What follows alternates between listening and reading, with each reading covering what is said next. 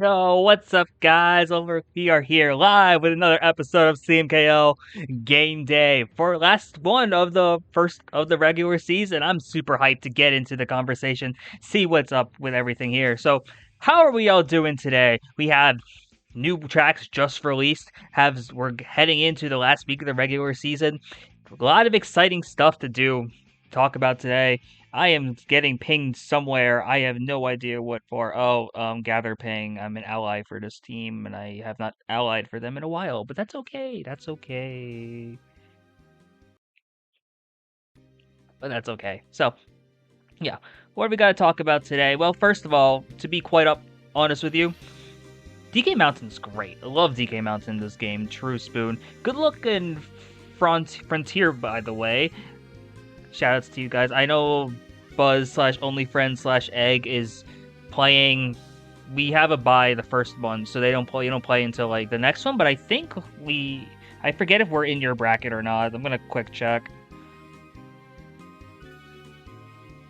I also was not looking at the bracket like at all, so where I have no idea where it is. Oh, there it is. We're not.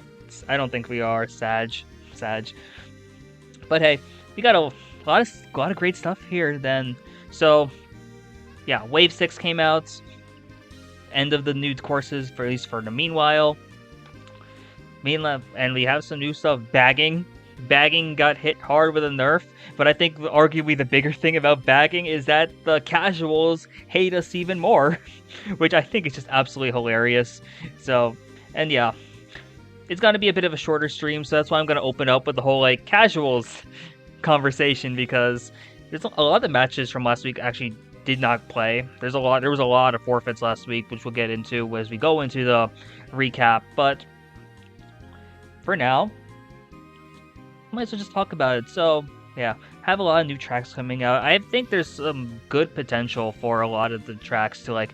We're finally gonna discuss them filthy casuals.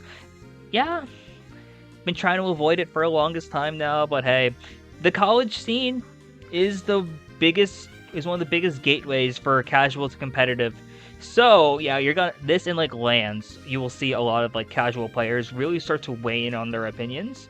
Not less so in CMKL, because there's a lot of players here who have that experience and that foundation in the competitive scene, so they understand that bagging isn't just this thing we all want to do. UA land gonna go crazy, yo. Yeah, we're in an exciting time for collegiate events. So we had Road Rage, which is just a couple weeks ago over at McDaniel. Kutztown's looking to host the LAN in early December. UA's got some stuff going on next year. Moravian's got some stuff going on next year. I know the people over in Peach State, Georgia are just doing what they can to get some tournaments as well. Great stuff for the college events all over the country right now. If I'm about to hear some potential like other things going on too, which would be crazy. Hoping to go to a few of them too. I probably won't be able to make it out to the West Coast this year, next year, hopefully sometime. Iona's got a few lands every year. You know what? Iona's like 30 minutes away from where I go to grad school, so maybe I could stop by at some point if it's even open to like people in the public. Mostly split screen, as a lot of lands are like that, so not bad actually. So as long as I will say 2-player split screen for lands is okay. Not ideal, obviously. You'd rather have the one person per monitor experience, but I think 2-player split screen's okay. 4-player split screen on a small TV, then you start to run into like problems, but you gotta do what you gotta do sometimes just to get stuff going. Having the drop in frame rate especially is like the big problem, I think, with 4-player split screen, but it happens. But hey, back to the filthy casual stuff. I don't think we have to talk about all the filthy casuals today, sadly, or maybe for the best, but like I'm glad like the bagging discourse isn't like made its way into this server yet. Hasn't made its way into my chat either. If I get some people talking about how like, bagging is like this terrible thing for the game, first of all, the reality is almost every single player in this community, in this college scene, is probably better than the fair number of casuals here. So yeah. Plus, I'm biased. I was a bagger on my team for MKU. Like, one of the better baggers on my team, I would think, is because I don't have this. I know I don't have the best running ability there. I know the whole point of the game is to drive forward and to get and to finish in first place, but I think there's a lot of nuance, especially in the team setting, that like bagging provides. So if I'm bagging, I'm literally scum. You know what? True. Here, it's a children's racing game. Why do we care so much? Whether it's whether it's us who play this game competitively, or also the casuals. Why do we care so much about, like, it's a children's racing game? Like, I dealt with this the entire time I played Smash Brothers competitively. It's like, you're not playing it the way Sakurai intended. You don't have items on, you don't have Final Smash on, you are driving backwards. What is wrong with you? You are the devil. This is why you should have stayed in Catholic school as a kid. You're supposed to just drive straight like an NPC. Exactly.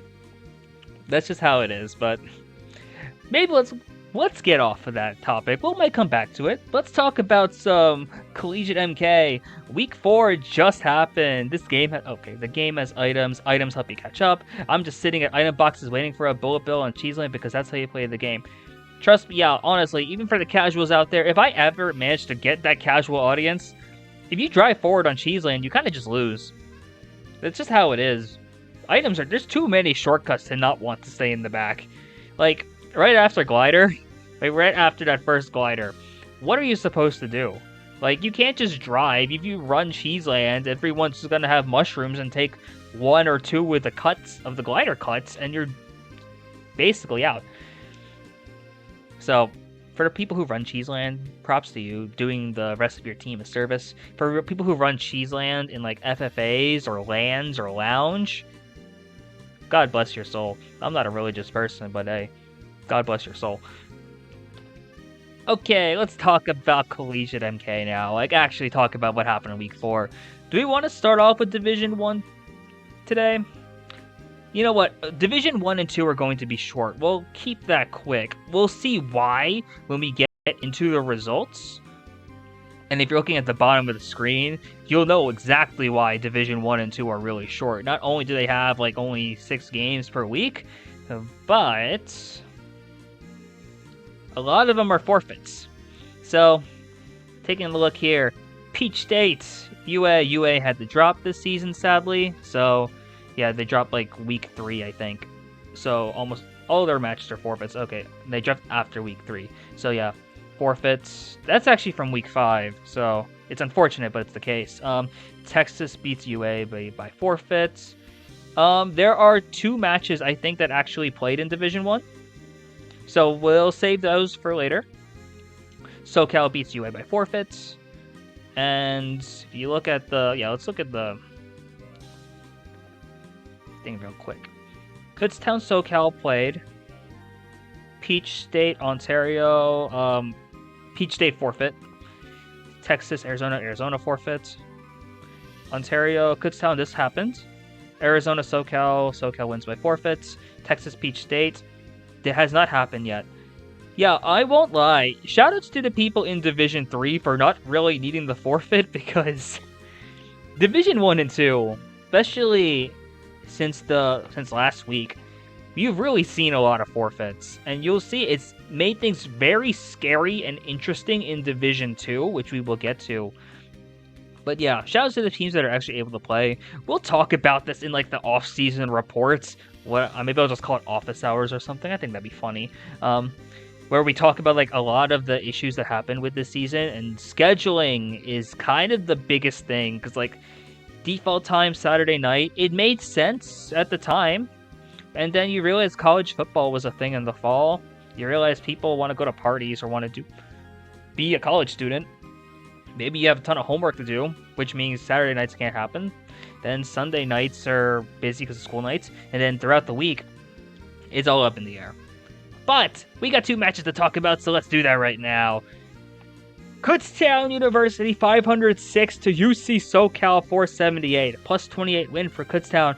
This is going to be defined as the Bat Boo Masterclass here. Bat Boo with a 122, Bull with the 108, Technical with the 102, Steepy in 74, JK 854, Sunset Sloth 46.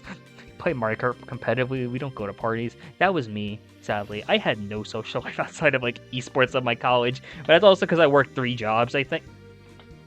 Yeah, 3 jobs, did esports, and then was among the top of my class. So I had no time to do anything, I'll be quite honest, as sad as it is.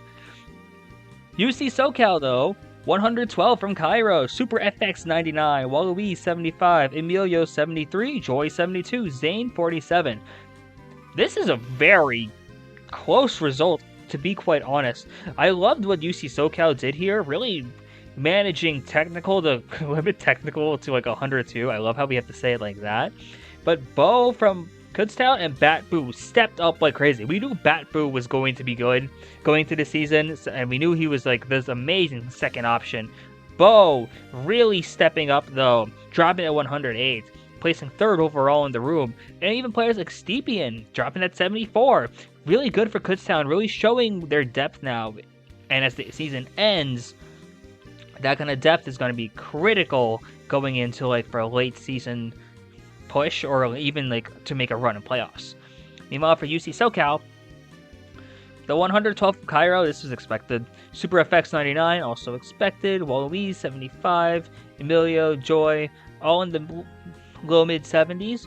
Good overall consistency from them. No one really, aside from Zane dropping to 47, there really wasn't a bad showing from UC SoCal, and there's a lot more outside the points that I can't really tell you or know about, but it's just how it is. So, Kutztown winning by 28. SoCal, it's a shame that UC SoCal, I don't know if they have playoff hopes at this point. It's really close. I have to check later.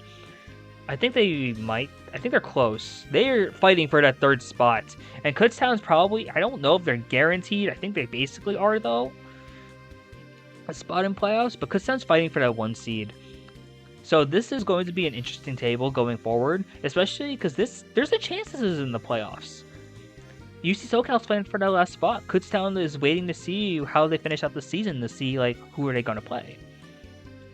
And then Kutztown's also the only other team who played another game. We got Ontario United 524 to Kutztown 460, meaning it's a plus 64 win for Ontario. And this is a very, very great response for Ontario here. You saw, we knew the death lineup was possible. Iona, Docproc, Justin, and Chipper here, Guilty and Moo. We don't even have Godkit playing yet for Ontario, which is going to be really important for them if they make playoffs and want to make a deep run. Iona with the 112, Docproc with the 107, Justin with the 86, Moo with the 80, Guilty with a 77, and Chipper with a 62. A lot of consistency here. We knew this was going to be the strength for Ontario going forward, where they just have a lot of players that can just score average to above average, and even when their players are scoring lower, it's only like in the 60s or 70s. Iona was a hard carry earlier this season, but having Docproc, Justin, Moo playing well, they don't need to carry as much, which leads to them being able to have a comfortable win against Kutztown here. Because you see Kutztown here, 128 from Technical, 116 from Batboo, Stepian with a 62 as well as Bo with also a 62. And Sunset 47 and JK 845. You hearing Iona is going to get you confused. Yeah, I'm so sorry for all the Iona players in chat right now. Whenever we talk about Division 1 Ontario, their best player this season has been Iona, a player from Canada who plays for Speedstars, like Division 5, I think now. So, yeah, you're going to be hearing Iona a lot, whether we talk about the team or whether we talk about Ontario United. Which Iona is who? You'll see. We'll get to that eventually.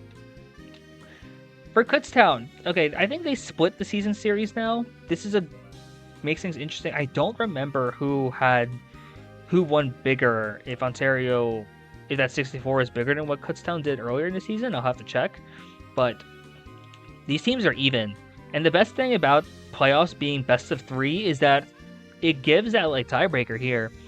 Because this might be a thing you will see in semis, this might be a thing we see in finals. It'll be interesting to see how these teams approach a best of 3. Ontario's win was bigger, you think? I wouldn't be surprised. I think it was close either way. But I think that really only... I don't know if it's going to mean that much, especially with Kutztown winning the majority of their games already this season.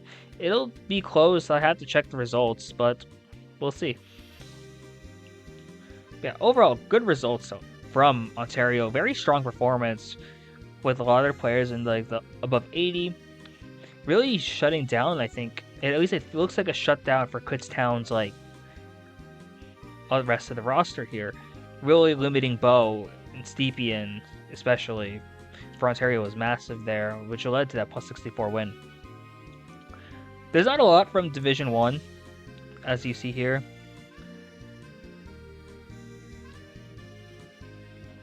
Let's take a quick look at standings. Kutztown is 6-2. Yeah, Kutztown's in playoffs.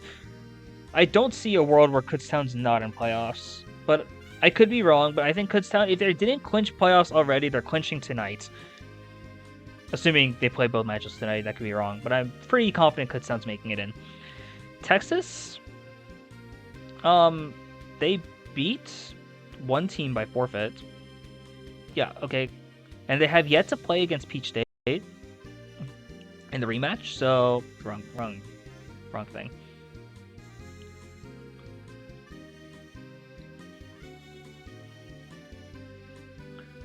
Yeah, Texas is 4-3. SoCal is 4-4, I think. I'm like looking at the bottom of my screen now also just to see, but it's like, nah, that's the next week's reschedules. Ontario's 5-3. Peach State's probably not in anymore, I think, sadly. Peach State's 2-5. AUA dropped, so they're 2-6. 6-2, 4-3, 4, 5-3. So right now it's Kutztown, Texas, Ontario as a playoff picture. UA can still beat PSP, I believe. Can UA just like gather for one more just to beat Peach State? I think that would be so funny. Like, we're going to undrop from the season just to beat Peach State somehow. Darn, that's a shame. What if we just decide we'll overrule staff here? It doesn't look like Peach State's gonna be able to gather. So UA wins 151-0. We're gonna give UA the 151, so they have the tiebreaker over Peach State in the head-to-head instead of just a 150 like normal. But oh well. It's a shame that a lot of the teams here had to like. Yeah, I'm not D1 admin. Ask Sandberger or Kyle. Maybe watch them actually do it. We'll see. Yeah, Kutztown's basically, they're secured, I think, to be in playoffs. There's a chance that, I think they have tiebreakers over other teams here, so I think they're fine. I don't see them losing both games tonight. Who are they even playing? I think they play, they play Arizona, they're in. Okay, yeah. Kutztown's are going to be at least 7-2. They might go 8-2, they might go 7-3, but Kutztown has 7 wins because of the drop against Arizona. They play Texas again. Texas? No, they play, I forget who they play, but yeah.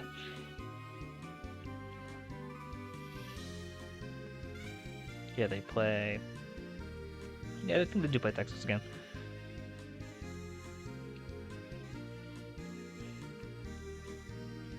Interesting, okay. So yeah, Kutztown should be in. Texas, I think, will be in.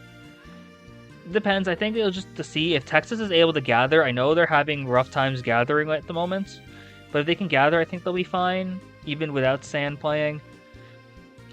SoCal, Cairo is still playing great. Super FX is still playing great, and the supporting cast on UC SoCal has been good. They could sneak in. Ontario, they're getting hot at the right time. If they're able to gather, they should be in, I think. I would still say it'll be Kutztown, Texas, Ontario, but if SoCal sneaks in, I would not be surprised, because SoCal's playing very well lately. Division 2. I won't lie, Division 2 is not much better than Division 1. House Divided beats Alabama by forfeit, sadly. We will talk about this. This one was something. We'll talk about this also. Raven beats Virginia Tech by forfeits. There were two other matches. Oh yeah, Virginia Tech House Divided has not happened yet. I don't know if they will play. I had them marked as a 0-0 for now, just a placeholder, but I hope it doesn't end up being a double forfeit. And then the other one is House Divided. No, House Divided Bama played. I don't know if McDaniel Alabama played, actually. I feel like I should know this, but I do not. Isaiah is D2 MVP. I don't know if Isaiah will be winning in terms of individual score, but Isaiah is my vote for MVP. And I will say, I say it as personally, I'm an Isaiah fan. If that hasn't been obvious the past 5 weeks by now. But I think Isaiah's just doing too much over at Morgan State to really not warrant the MVP. Let's talk about the two games that actually did happen. Morgan State Moravian. Moravian gets misspelled a lot. It happens. Morgan State wins 538 to Moravian's 446. Is this Cassis Team Legend of Zelda? No, this is Route 10 Pokemon Black White. Want to make sure I didn't say the wrong thing. So yeah. MSU wins 538 to MCH 446. Looking at a great result for Morgan State here. This is basically, I think, what clinches them playoffs. If it doesn't clinch them playoffs, it puts them in a position to make playoffs. So you're looking at Zay with the 140, Nitro with the 96, Ghost with the 84, Ronin 79, Obsidia 74, Iman 65. A very good performance overall from Morgan State. Nitro really stepping up with the 96. We knew Zay was going to be having these kind of numbers. It's been happening all season. This is their best player, and it's going to work. So, but this is really good to see from Morgan State. Just a lot of consistent points from their team, honestly. The 74, even their lowest player being a 65. Not bad at all. Not bad at all. Yeah, thank you for the vote. Yeah, of course, Isaiah. I don't know how we're doing MVP, to be honest, or like how we're doing awards yet. We have awards coming at some point, either next week or after playoffs. I don't know. Yeah, I don't know if we'll do it over holiday break. We'll see. We'll see. But yeah, Oregon State, great result from them. They got a top 6 on Sunshine Airport. I can tell you, as Moravian's coach, I was like, well, how the hell is this happening? Because, like, I know Moravian is, like, top 2-4 in that heading in, and I'm like, I knew Moravian was bad at Sunshine, relatively speaking. That's why it's a TT track for them this month. But, like, dang, the top 6 from Morgan State. Won't lie, the plus 92 is kind of deceptive because a lot of the races were actually fairly close. It was very, like, a lot of single-digit races. It's just that Morgan State kept getting those haymakers. Aside from that plus 40, there was, like, a plus 24. Yeah, Angle, I don't know about Sunshine either. I was watching, and I'm like, what the heck just happened here? Trainbow? When I saw Nox and Baja both run into the chain shop, I'm like, yeah, Trainbow works until you... Yeah, you don't take Morgan State to Sunshine, you don't take Morgan State to Bowser's Castle. But now there's 2 Bowser's Castles, so Zay's in for a good time. Meanwhile, for Moravian, look at it, Angle with a 94, Kyle with I think this is their PB in a war with an 88, Nox with the 84, Baja 81, My T 64, Ash with a 35. Raven played solid for the most part. It's just that they kept getting killed on, like, big loss tracks. Like, Trainbow was really bad for them, which I cannot stand at the fact that I think one of the 2 captains is potentially doubting my call out on Trainbow, but it makes sense until they figure out once they know how to actually drive the track, it'll make sense. Sunshine was rough for Moravian, but overall, Morgan State just played well. They were able to get those big wins, and getting those big wins was absolutely massive and really led to this plus 92 and the overall win for them. I think Morgan State's in a really good spot as they approach playoffs. I think they're probably going to get the 2. I think they could get the 2 seed. I don't know if they'll get the 1, but they'll probably get the 2 or 3. I think they're locked in at least. It'll just depend on the rest of the games here. This one! Morgan State McDaniel Green Terror resulted in a +2 483 win for Morgan State. It was 483 to 481. But this was a nightmare to look at. This is I am no words to describe what the heck happened here. Let's talk about Morgan State first because they did win. 139 from Zay. Ronan with the 91, really stepping up. Obsidia 74, Nitro 68, Ghost with a 62, and there was a bot. Female Villager bot gets a 49. Meanwhile, for McDaniel, Top 4 Boss 133, Shamchez 97, Sandbert 95, Glacial 67, Brand 64, Kobalon 45. So, off the top here, great play from Morgan State to stay alive in a 5v6. That is incredibly difficult. It's happened before. I've seen it happen before where teams will win a 5v6, but it's really hard to do it, and it really requires a lot of good play from the tops. And to do it against McDaniel, who got 2, 3, 4, incredible, honestly. So, great. Shout out to Morgan State for just staying alive here. It was minus 18 before penalties, which we will get into. But overall, this I think is what is gonna help clinch playoffs for Morgan State. As for McDaniel, it's a shame that they lost this by penalties because there's great play from Top 4 Boss. The Villager got second on Maple? Dang. Okay, bot. Let's go. I will say, bots have been playing well against McDaniel. I remember when Moravian's 6th player ended up disconnecting for half the match, the bot did get 3rd place on Coconut Mall, and we're like, what the heck just happened? I remember Iona, Nebraska, we had a bot. Iona had a Toad CPU for a decent chunk of the war. We top 6th the first race. Wow, good job to you guys. We'll talk about Iona when we get to Division 3, because there's a lot of things I do want to mention with that. But we'll get there. The big story of Morgan State McDaniel isn't the fact that Morgan State won a 5v6. It's that they won through penalties. And that's obviously not ideal. You hate to see it happen, but at this point you gotta know the rules. It's the sad part, you have to know the rules, and there was 2 tag penalties on McDaniel here. If one of them was Glacial, that's not okay, yeah.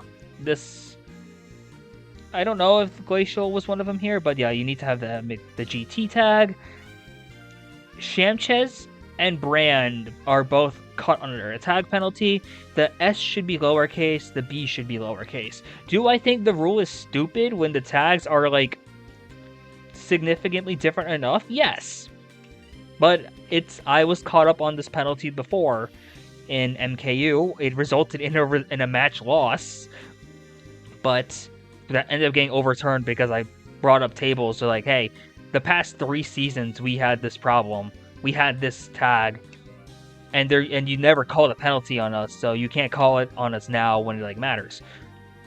But here, it's rough. You gotta know, that was an oversight on my end there, and here, it sucks. But yeah, Shamchez has to be a lowercase s, Brand has to be a lowercase b. Not ideal, but things happen. Hobo getting a 45, though, I was surprised about, because I do remember them being a very solid player. Maybe they just had a rough day, but it's really sad. But that's what I think Zay said. The bot got a 2nd on Maple. In the long run, that ended up winning the game. That's crazy to think about, because I don't know who got 3rd, but if the bot got 3rd, that's a 2-point swing. It's crazy.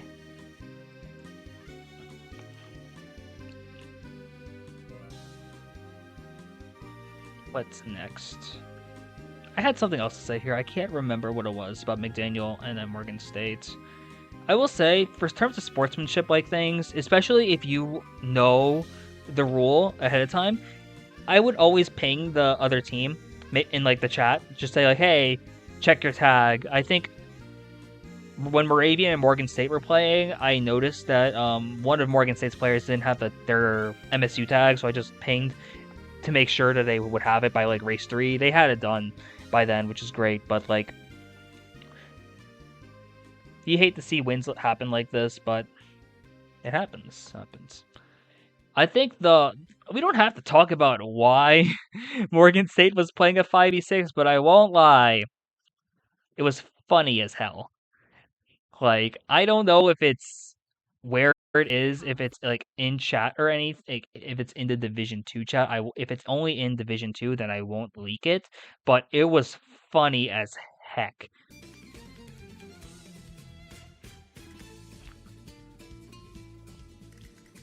If you want to know why Morgan State was playing a 5v6, DMZ, because that was so funny, honestly. Seeing why they were playing a 5v6. Not gonna leak it exactly here, but yeah, just DM. You'll get the gist then. Fishy knows. Fishy knows. I forget if that was in D2 or not, or if it was in general, then I'll just leak it right now. But if it was in D2, then it's like,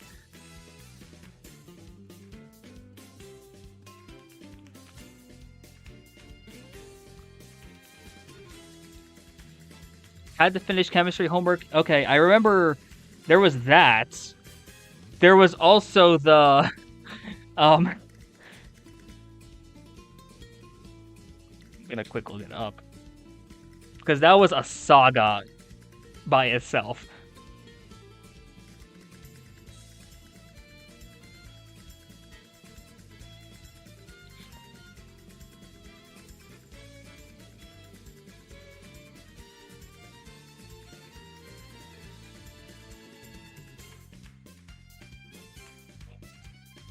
Yeah, we gotta talk about that. Oh yeah, what happened with Claude? Let's just okay. Or exact words from Zay. My teammate got kicked out because his roommate got a girl over. And that was like the funniest thing ever. Honestly, and like,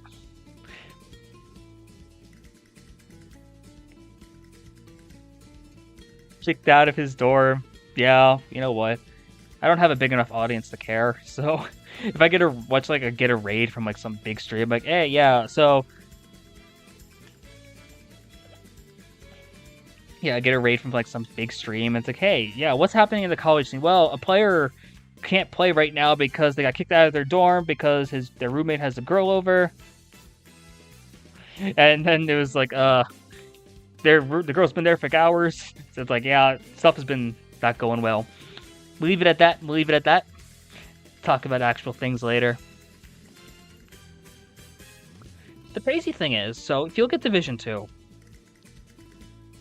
House Divided is 6-1. I know for a fact that nobody. 3 hours they were watching Netflix. Sure, yeah. Yeah. Watching some like long documentary, I guess. Or they were watching my stream last week, which I think was like almost 3 hours. Actually, that'd be kind of terrible. Like, imagine like, yeah, instead of Netflix and chill, it's CMKL and chill. Like, oh my god. I don't know how I'm gonna feel about that, to be quite honest. But okay, Division 2. House Divided is 6-1. Because of the forfeit win against Alabama, they have yet to play against Virginia Tech. I am praying that is not a double forfeit. Virginia Tech is 4-3 because of a forfeit against Moravian. If they had the double forfeit, they'd be 4-4. I would hope that's not the case. Morgan State is 4-1-3.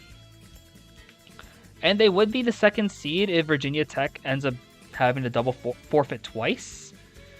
Moravian is 3-1-4. McDaniel is 2-6. Maybe not. I actually don't know. 2-5. I think same for Alabama. They're 2-5 because they haven't played each other yet. So Not ideal. House Divided's probably going to be playoffs. Morgan State's probably going to make playoffs. I think Virginia Tech, even after dropping, is going to make playoffs. I think there's a pathway for McDaniel and Alabama still.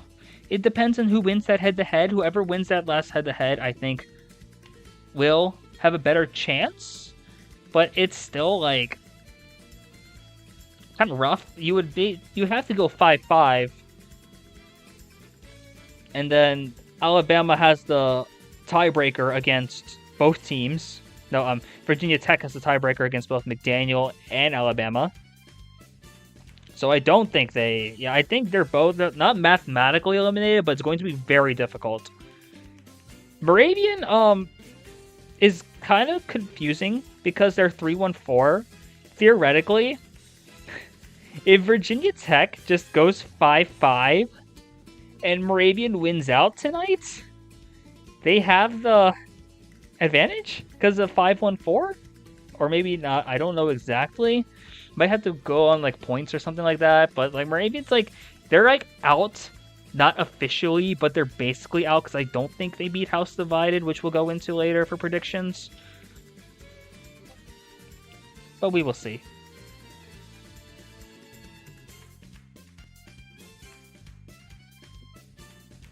Sorry, son, got a DM from Moravian.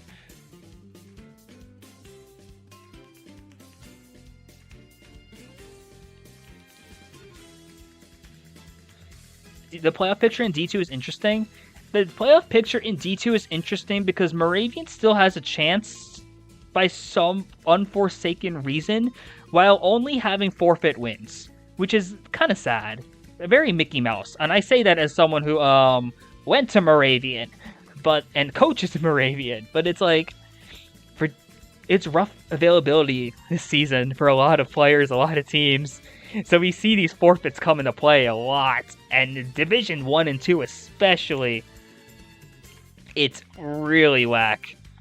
But House Divided should be in. I think Morgan State should be in. Virginia Tech, I think, should be in. I think Virginia Tech just has to win, like, 2. Yeah, Angle, we're the Mickey Mouse team here. I say we as if I'm playing, but no, I'm just, like, coaching from the back, so... Yeah, you look at all these points and look at the point differentials, and it's like, what the heck just happened? But yeah, propaganda still. Isaiah is my pick for D2 MVP, and Bama's eliminated as far as I know. I think so. Didn't think D3 would be the most functional div of the three. I don't think anyone on staff believed it either. But, yeah, it just happened that way. Good for them. Yeah, they dropped versus House Divided. They're 2-5. Theoretically, if Virginia Tech loses everything here, it goes 4-6. Moravian goes 3-1-6? 3-1... I forget them. I can't math right now. 3-1-5? It's a really stupid way. We will, once this is updated, we'll know for sure. Let's just say, let's just hope these three teams make things simple. Yeah, Virginia Tech is 4-3 because they haven't played against House Divided yet. I hope that's not going to be a double forfeit. And then like Virginia Tech, they play McDaniel and Alabama, assuming they play both those matches.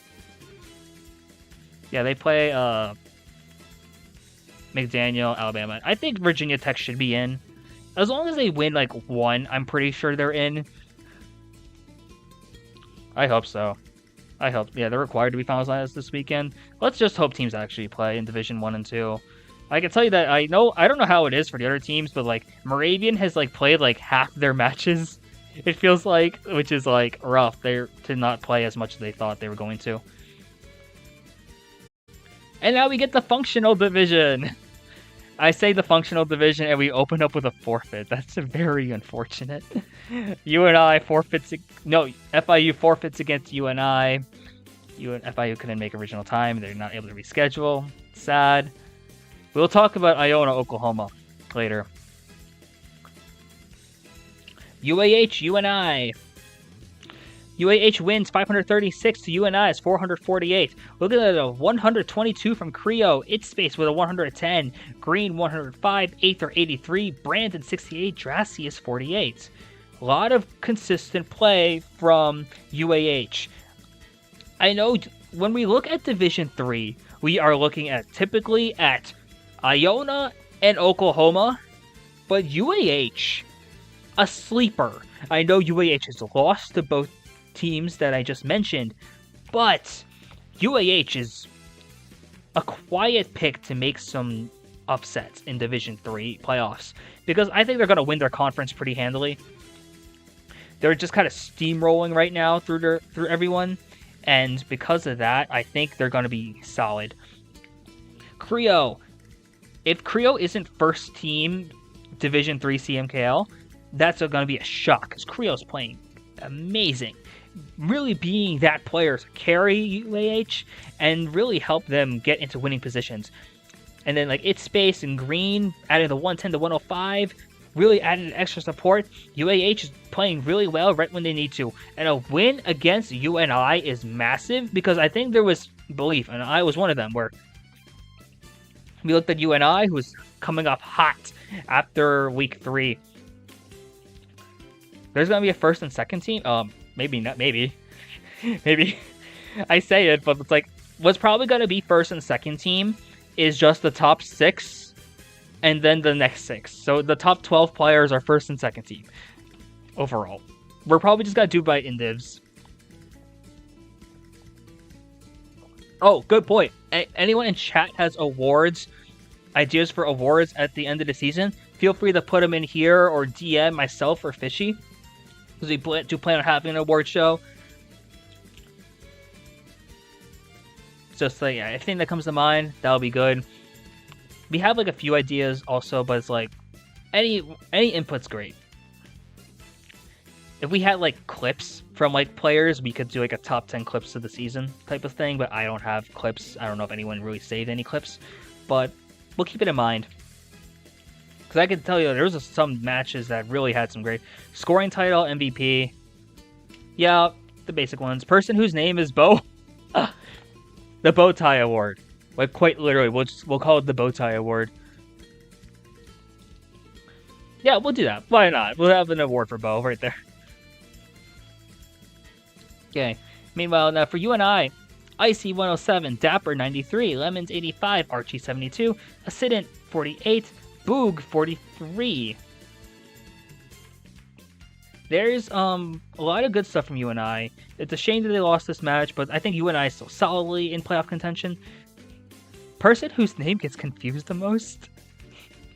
We went from like sports awards of like MVP, scoring title, and maybe someone's got to figure out a way to make a defensive player of the year, to now we're basically high school superlatives, where it's like, person whose name gets confused the most likely to succeed after CMKL, most likely to get arrested, who knows, most likely to get kicked out of their dorm, best grade in all academic team, imagine.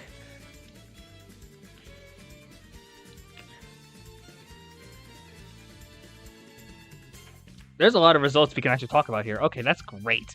More UAH. UAH 538 to EIU 446. Creo with a 141. Green with a 108. Space 103. Aether 76. Dracius 58. Cordy 52. Once again, UAH is just top to bottom. Really best team killer. Nice. Really just good stuff from their team overall, which is like what you want to see here. Creo really having the good stuff there. Really, Creo with the 141. Really, Creo has a shot at maybe MVP in D3. If not already first team, this is a lock, honestly. I love these award names, guys. Meanwhile for EIU, Mega with a 99, Lovebug 96, Musk 90, Paco 76, J-Pro 56, Llama 29. You know what? EIU might be the most improved team here. You're looking at 3 players in the 90s, 4, 5, 6. It's a shame that UAH just has 3 players with 100, but it's what happens. It's what's happened. Oh, Spoon, did you finish your first Frontier War? If so, what was the result? Because I'm kind of curious. We won match 1. Let's go. I actually don't know if Buzz won their first match or not, and I don't. If they didn't, that'd be plus 70. Nice.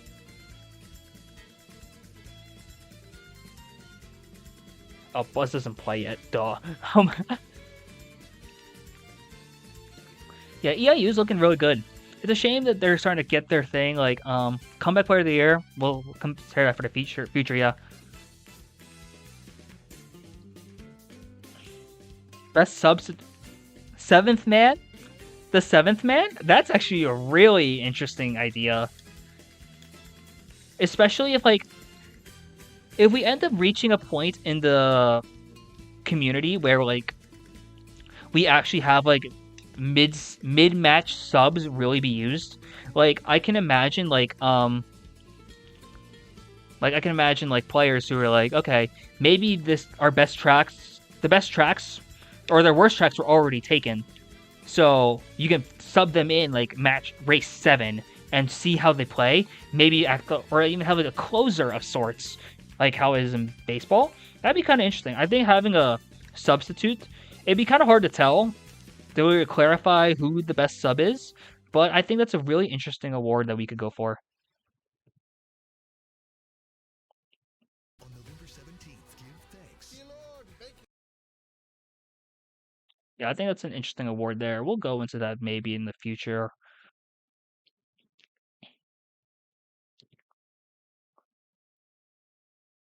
Let me quick add something.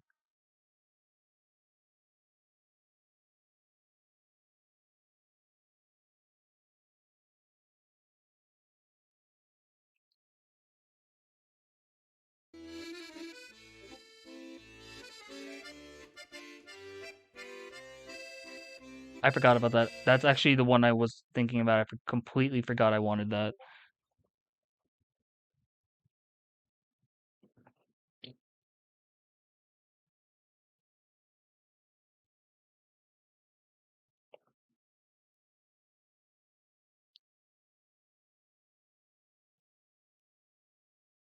This one has like has no business for being as good as it is, if I'm being quite honest.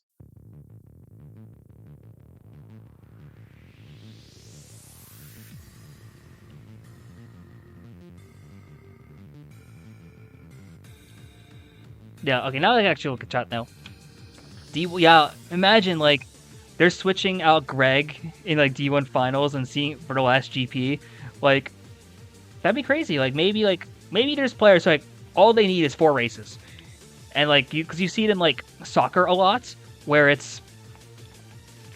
like you'll sub in like your best striker, like a bench warmer striker like in the last like 10 minutes, or your penalty kickers. So I think that could be a really interesting thing there. I don't know if we'll ever reach that development in this league, but hey, you never know. You never know.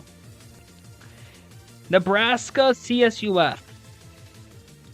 Nebraska's going to win 654 to CSUF's 330, results in a plus 324 for UNL. I think this might be the biggest win of the season. There's not been a lot of plus 300s. I can't think of any off the top of my head. So, hey, it was going to happen eventually. Mark with a 134, Saracen 120, T-Bugs 109, Zoo 101, Mop 98, LeBob 92.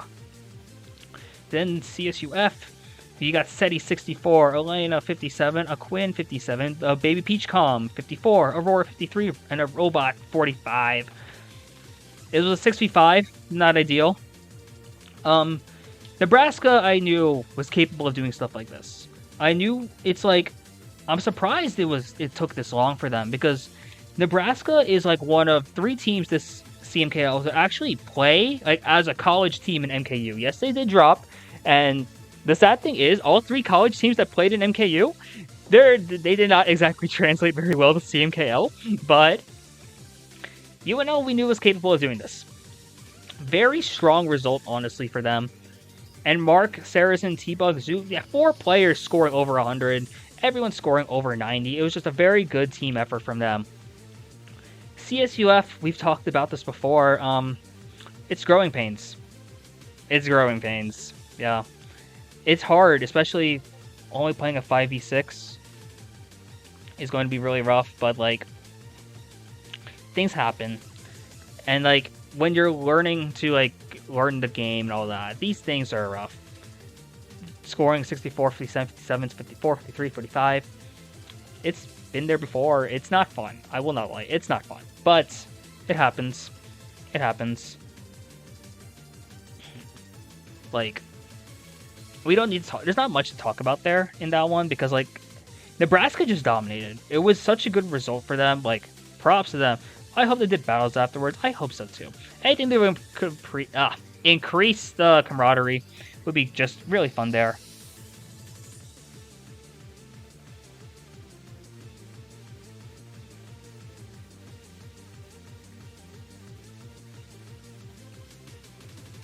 But like, those wars happen. I will tell you firsthand. That's also sadly not the worst college war we've ever seen because that was mine.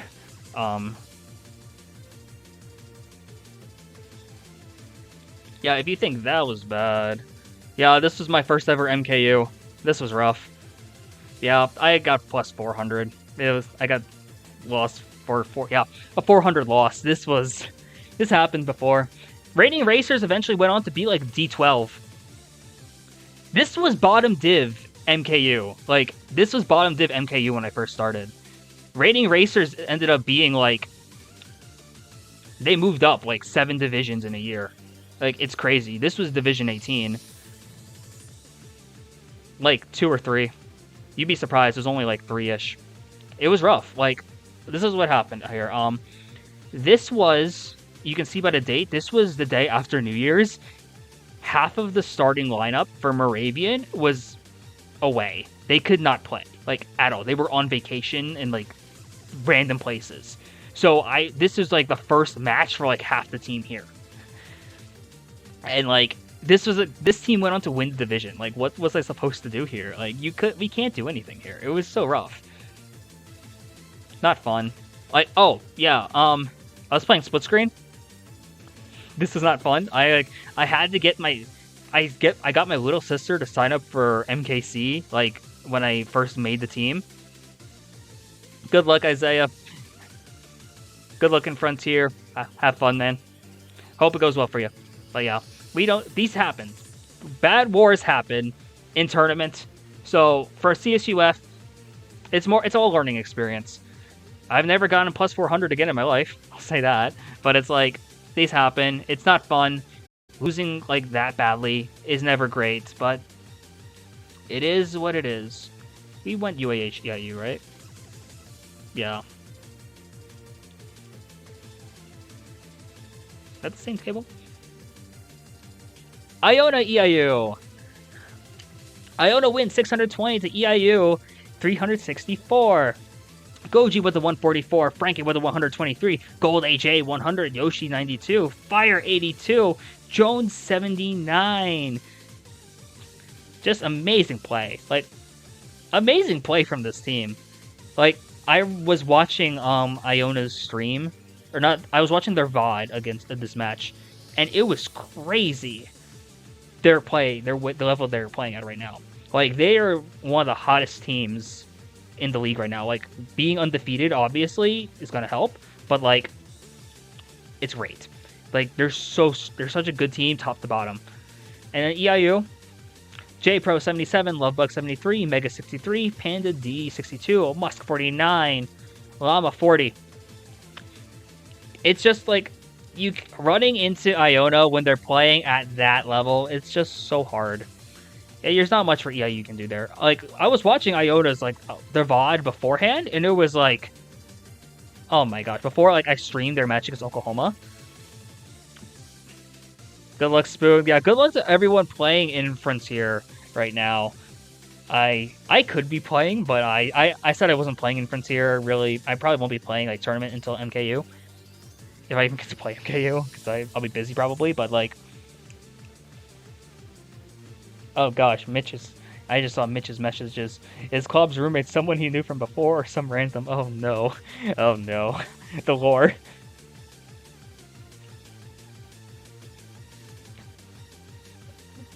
Gen chat in the CMKL server is funny, if you haven't checked it, by the way. But yeah, Iona's playing well. There's not much you can say here. They're just so dang good right now. OUA did beat Cal State Fullerton by a forfeit win, so I think this means. Can you DM me the format before I say something and it's really wrong?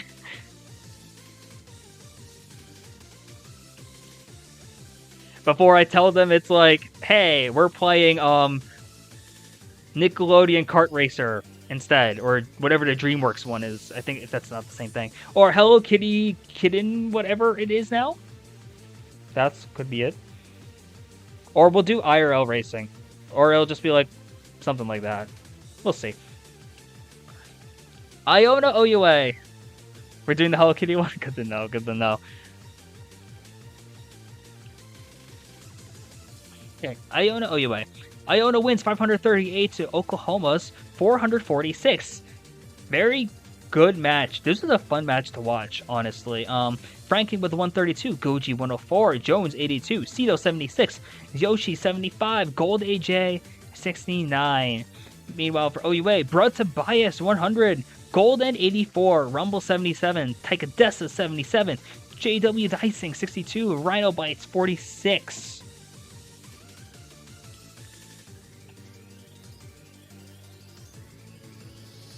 Sorry, Zay is asking about Harmonia. They're a solid team overall, by the way.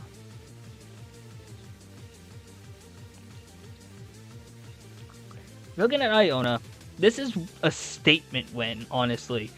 Iona did get really lucky with track picks, which good for them. Like, you got to make the most of when you're getting those track picks.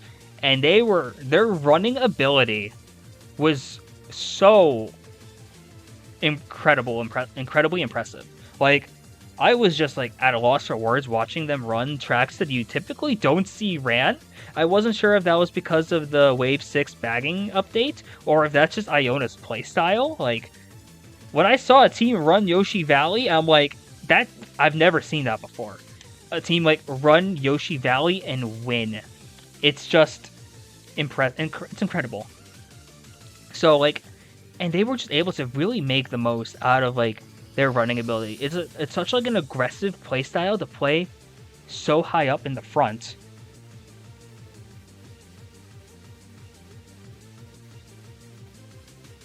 I'm going to read that DM Fishy probably off stream because this will take me a bit to digest.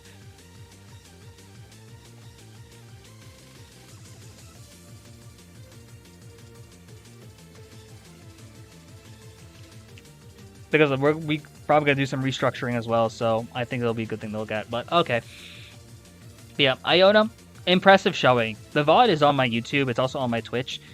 Bit of a scuffed commentary, scuffed stream, but like, hey, it is what it is. Great stuff to watch. I think Iona is looking really impressive. Oklahoma, though, also looked really good for the most part. It was a fun match to watch for them.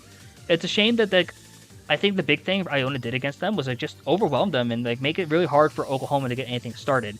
Oklahoma's a team that thrives off their consistency of their lineup, and OUA really, you saw when JWT and Rhino scoring that low. That's not common at all for them. So it's impressive that Iona was just able to play as well as they did there, and I think this is going to be really fun going for a potential playoff matchup. I had this penned as my like the championship match, I think, for Division 3. So I'm super excited to see what happens in the future. Obviously, this isn't updated, but we can get a rough idea of what's happening here. Iona is 8-0. Oklahoma is 7-1. UNI is... I forget what UNI is. I think UNI is 5-3. Yeah, UNI is 5-3. UAH is 6-2, I think. Huskers, I want to say, they're like 3-4. I think their match against FIU hasn't played yet. EIU is 1-7, and then CSUF is like, obviously, yeah.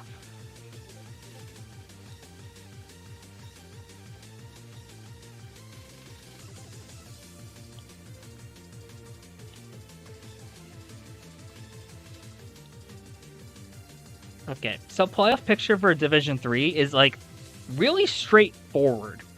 Iona's making it, Oklahoma's making it, UAH is making it. It's really just the wild card, and I don't think UNI is going to falter at the end because they have the tiebreaker over Huskers as well. So I think it's pretty much set. Iona, Oklahoma, UAH, UNI. Iona's going to win Conference A unless they just drop their next two games and Oklahoma wins out. You might stream your match in 30 minutes. I have the interview coming up with Bo, and then I might tune in, but I probably won't. I don't know if I'll watch it. We'll see. We'll see. Who are you playing next? It's probably I'm trying to think who's left for you guys to play.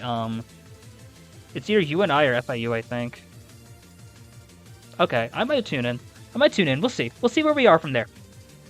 Is it on Yoshi's stream again? I might not do like actual commentary and stuff like that, but like we'll do like a live look-in basically. We might do that. Thanks for the heads up. We'll check it out later. FIU's at 8. Good to know. Good to know. So yeah, playoff picture for D3. It's relatively straightforward. Boom, boom, boom, boom. Yeah. It'll be Iona, UNI, Oklahoma, UAH in semis. Winner of that plays each other in finals. The best thing about playoffs is that it's best of 3. So maybe we'll see those like mid-set adaptations and all that too. Okay. What did I have left on the agenda? I completely forgot. Oh yeah, predictions. Duh. Let's take a quick look. Let's start off with D3. Schedule somewhere here.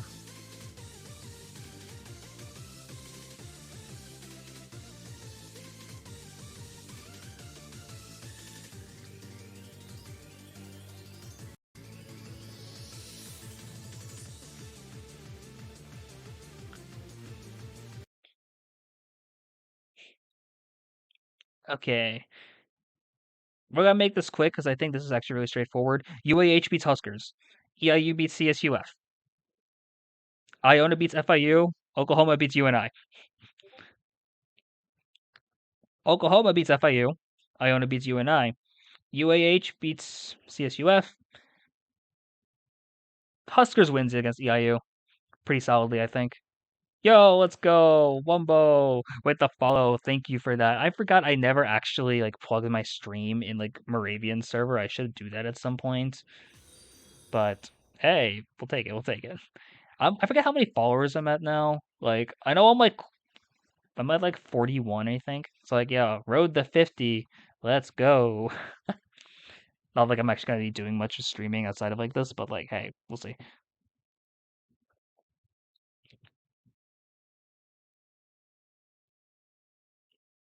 Division 2. Division 2 is relatively easy as well to predict. Or relatively straightforward here as well. VT Alabama, if VT plays, they win. Moravian McDaniel. Okay, McDaniel won this in an absolute wash last time, but if we're being quite honest, this is like almost a 200-point win. I think it will be much closer, especially because Baja's playing for Moravian. That's massive, having their support to like take off Knox, because I know Knox is like incredibly overwhelmed. Kyle Adams is playing as well for Moravian. So it'll be close. I think it'll be much closer. I don't know if it's enough to swing it in favor of Moravian, but it'll be much closer. I could see it going either way.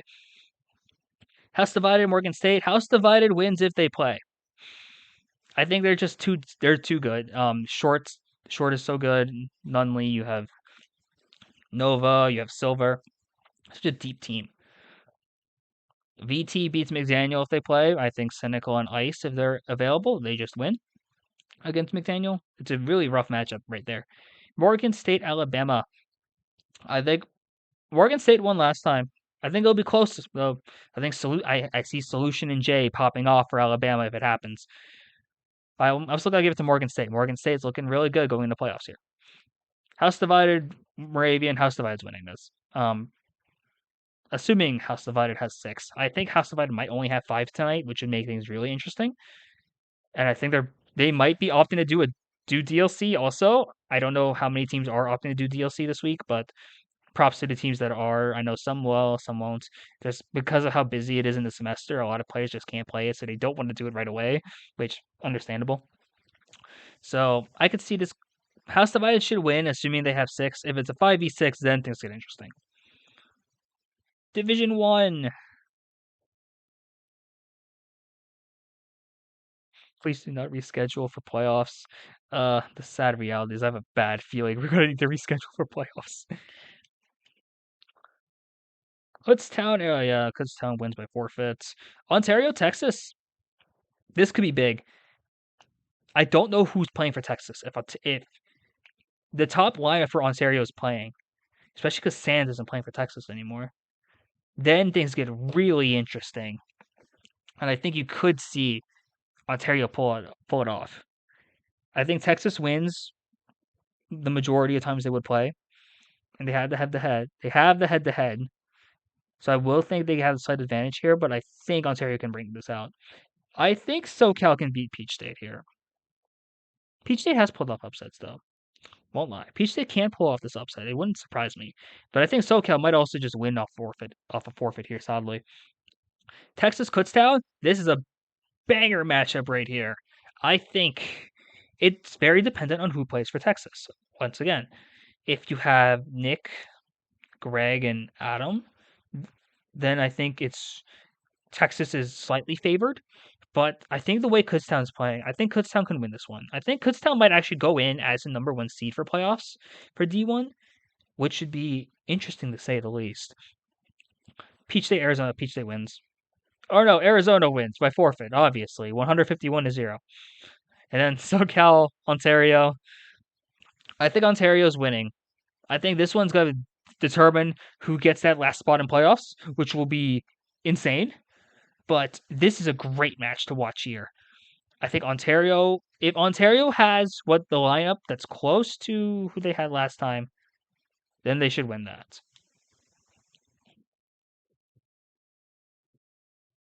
But if Cairo goes off, like even crazier, then we're in for a show. Okay, that was roughly yeah, okay.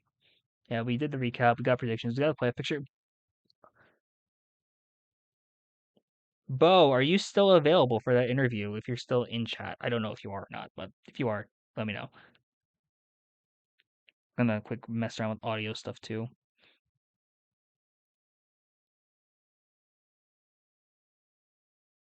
Can your laptop to not be broken? No, gotcha. Join the CMKL VC, and I'll drag you in then.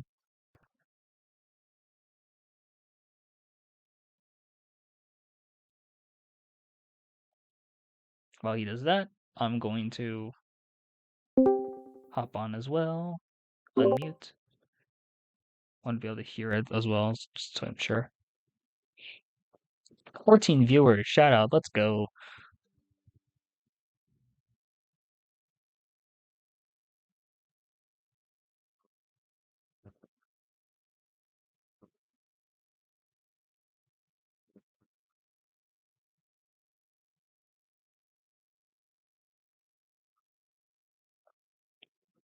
We getting prime time tonight? No, sadly not.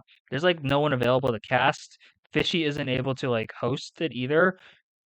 The other person who would be doing it, Wumbo/Kyle, is playing, so I don't think we can gather, and we don't have a match ready, sadly. So unless you want me to just stream the DLC 2v2 squad queue with the Nox and I are doing tonight at like 10 Eastern, we'll do that as the prime time instead. CS built the abysmal DLC.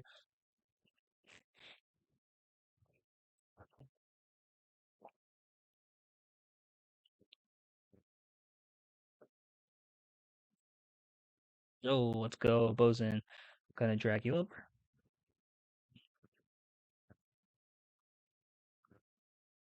I almost just did that wrong. Whoa. Hey, can you hear me? Hold up, let me check my Yep. audio stuff real quick while we're on Discord. But hey, how are you doing, by the way? Awesome. How are you? Pretty good, pretty good. Thank you again for joining in here, getting a chance to be one of the people interviewed. I was really hoping to interview Kutztown, especially either whether it be just you, whether it be anyone on the team from Kutztown, because one like Moravian, like you're like 30 minutes away from me, roughly. So it's like I really wanted like Yeah. local bias on my end. Yeah. I like grew up right by Moravian too. Oh, really nice. So, oh yeah, oh dang, yeah, real close then. Okay, where did I put questions? Okay, so once again, thank you again for hopping in. For the people who don't know who you are, would you be willing to just introduce yourselves? So, like, what your tag is, what year you are in school, what you're studying, anything you think is relevant. I'm Bo. I'm a junior at Kutztown University. I'm studying information technology, and I spend a little too much time playing Mario Kart 8 Deluxe as of recently. I think that's sadly the case for a lot of people here, spending way too much time playing the game. But like, when you're in season, I don't blame you. I didn't realize you were already a junior. Dang, people are. I'm feeling old now, but like, wow, good to know. Good to know. Okay, so how did you get involved with competitive Mario Kart, like in general? And then like I know Kutztown had a couple players because I know remember meeting them at the when you went to the Moravian land last semester. But how did this team end up coming together? So like how did you get involved and then how did this team become a thing? So I started time trialing Mario Kart 7 competitively back around like 2020, and I was pretty active in that community for a while. And then once I got to Kutztown, through some really interesting circumstances, I met Technical, and just slowly I started to gravitate a little more through 8 Deluxe. And for our first 2 years, there wasn't really that much of a like interest in Mario Kart at the university. We always kind of joked about putting together a team at some point, but it didn't really seem like a thing that could happen until pretty much the second half of last semester. We went to Cyberhound Cup. Shout out to you guys. And we saw Bapu was there as well, and that kind of pretty much sparked a lot more 8 Deluxe activity for me. And I feel like through that, we started to look more into local leagues and stuff like that, which just kind of snowballed into meeting a few more people at like gaming clubs around the university, and just getting us into a team. And then over the summer, we had a poll in the actual esports Discord for Kutztown, and we managed to get 8 Deluxe to be an official team there. Oh, nice, nice. I didn't realize that you found out that Batboo went to your school at the Cyberhound Cup. I will not lie. I didn't know he went to Kutztown either until I realized, wait, he's wearing a Kutztown sweatshirt or something like that. And I'm like, wait. So I thought that you already knew about him being at Kutztown, but I think that's really interesting that like you kind of just it just happened that you just met him at funny enough, not at Kutztown, but at Moravian. Yeah. So you mentioned that you played Mario Kart 7, like you time trialed it pretty seriously. Do you think like having that like experience in like time trials or like just playing or like grinding any Mario Kart game, you think that like kind of carried over for like Mario Kart 8 at all? I think it's really helped my lines. Even to today, like driving is definitely a lot more to my strength than item play. And I feel like a lot of that did carry over from 7. They're kind of very different games, but in general, how driving works is still roughly the same. So definitely some carryover there. Gotcha. And for the people like me who aren't really familiar with MK7, do you want to like explain a bit about like some of like the major differences going in from like 7 to 8? Um, it's I don't even know how to put this. It's less flowy. Like in 8 Deluxe, you can bump a wall, keep your drift going, stuff like that, which just kind of feels nice and like it flows very well.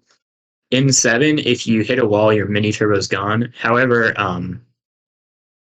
there's also uh, you can safely hit walls with boosts and still keep your boosts going. Like if you're coming out of mini turbo, and I don't know, that's just kind of a minor thing, but it's just small things like that come together to make 7 like a game that felt really good for me to play.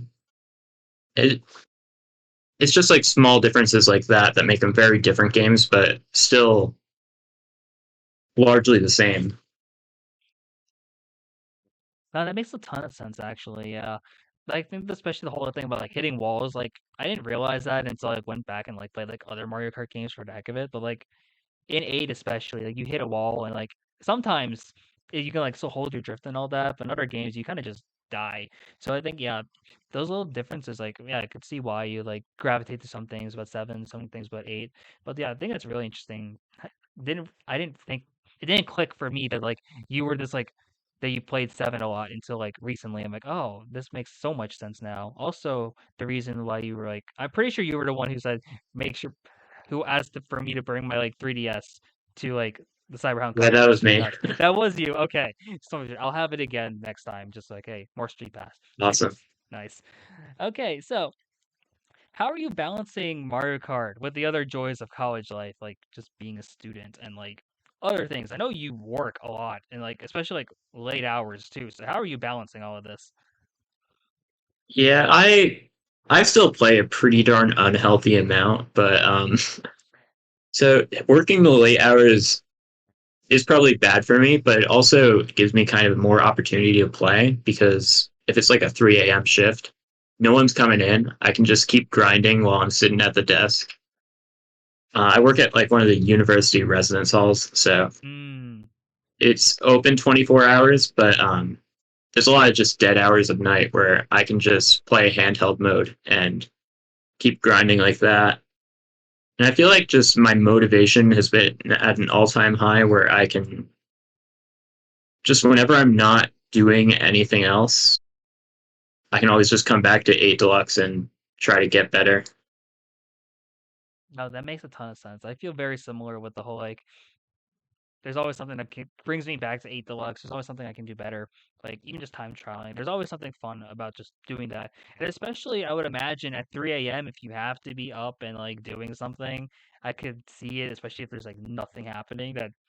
That's a great time to grind. Not maybe not the best for like sleep, but like how are you sleeping anyway? Like do you have an actual sleep schedule at this point? Because you're working at like 3 a.m. sometimes. Uh, when I sleep nights, when I can sleep overnight, I try to. But a lot of the time, I'm just taking like short naps throughout the day whenever I'm feeling really tired, which is probably not the most healthy way to be doing things. But just given my schedule, it's kind of what I've gotten stuck with, and I'm surviving. Surviving. You know, that's the sad truth of college in general, basically just surviving. Especially like, yeah, I completely relate to, yeah, just naps during the day is gonna be how I keep things going, but you haven't fallen apart yet, I hope. So something's working Yeah, there. Okay, moving on.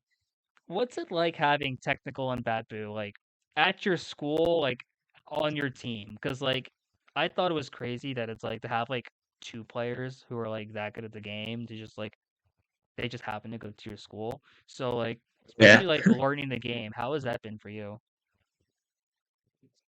So it's been motivating and just like a super helpful resource. I'm like literally suite mates with technical, so whenever he walks through, a lot of the time I just ask him a question about what I'm doing, and um, I feel like I've gotten a lot better at the game through that.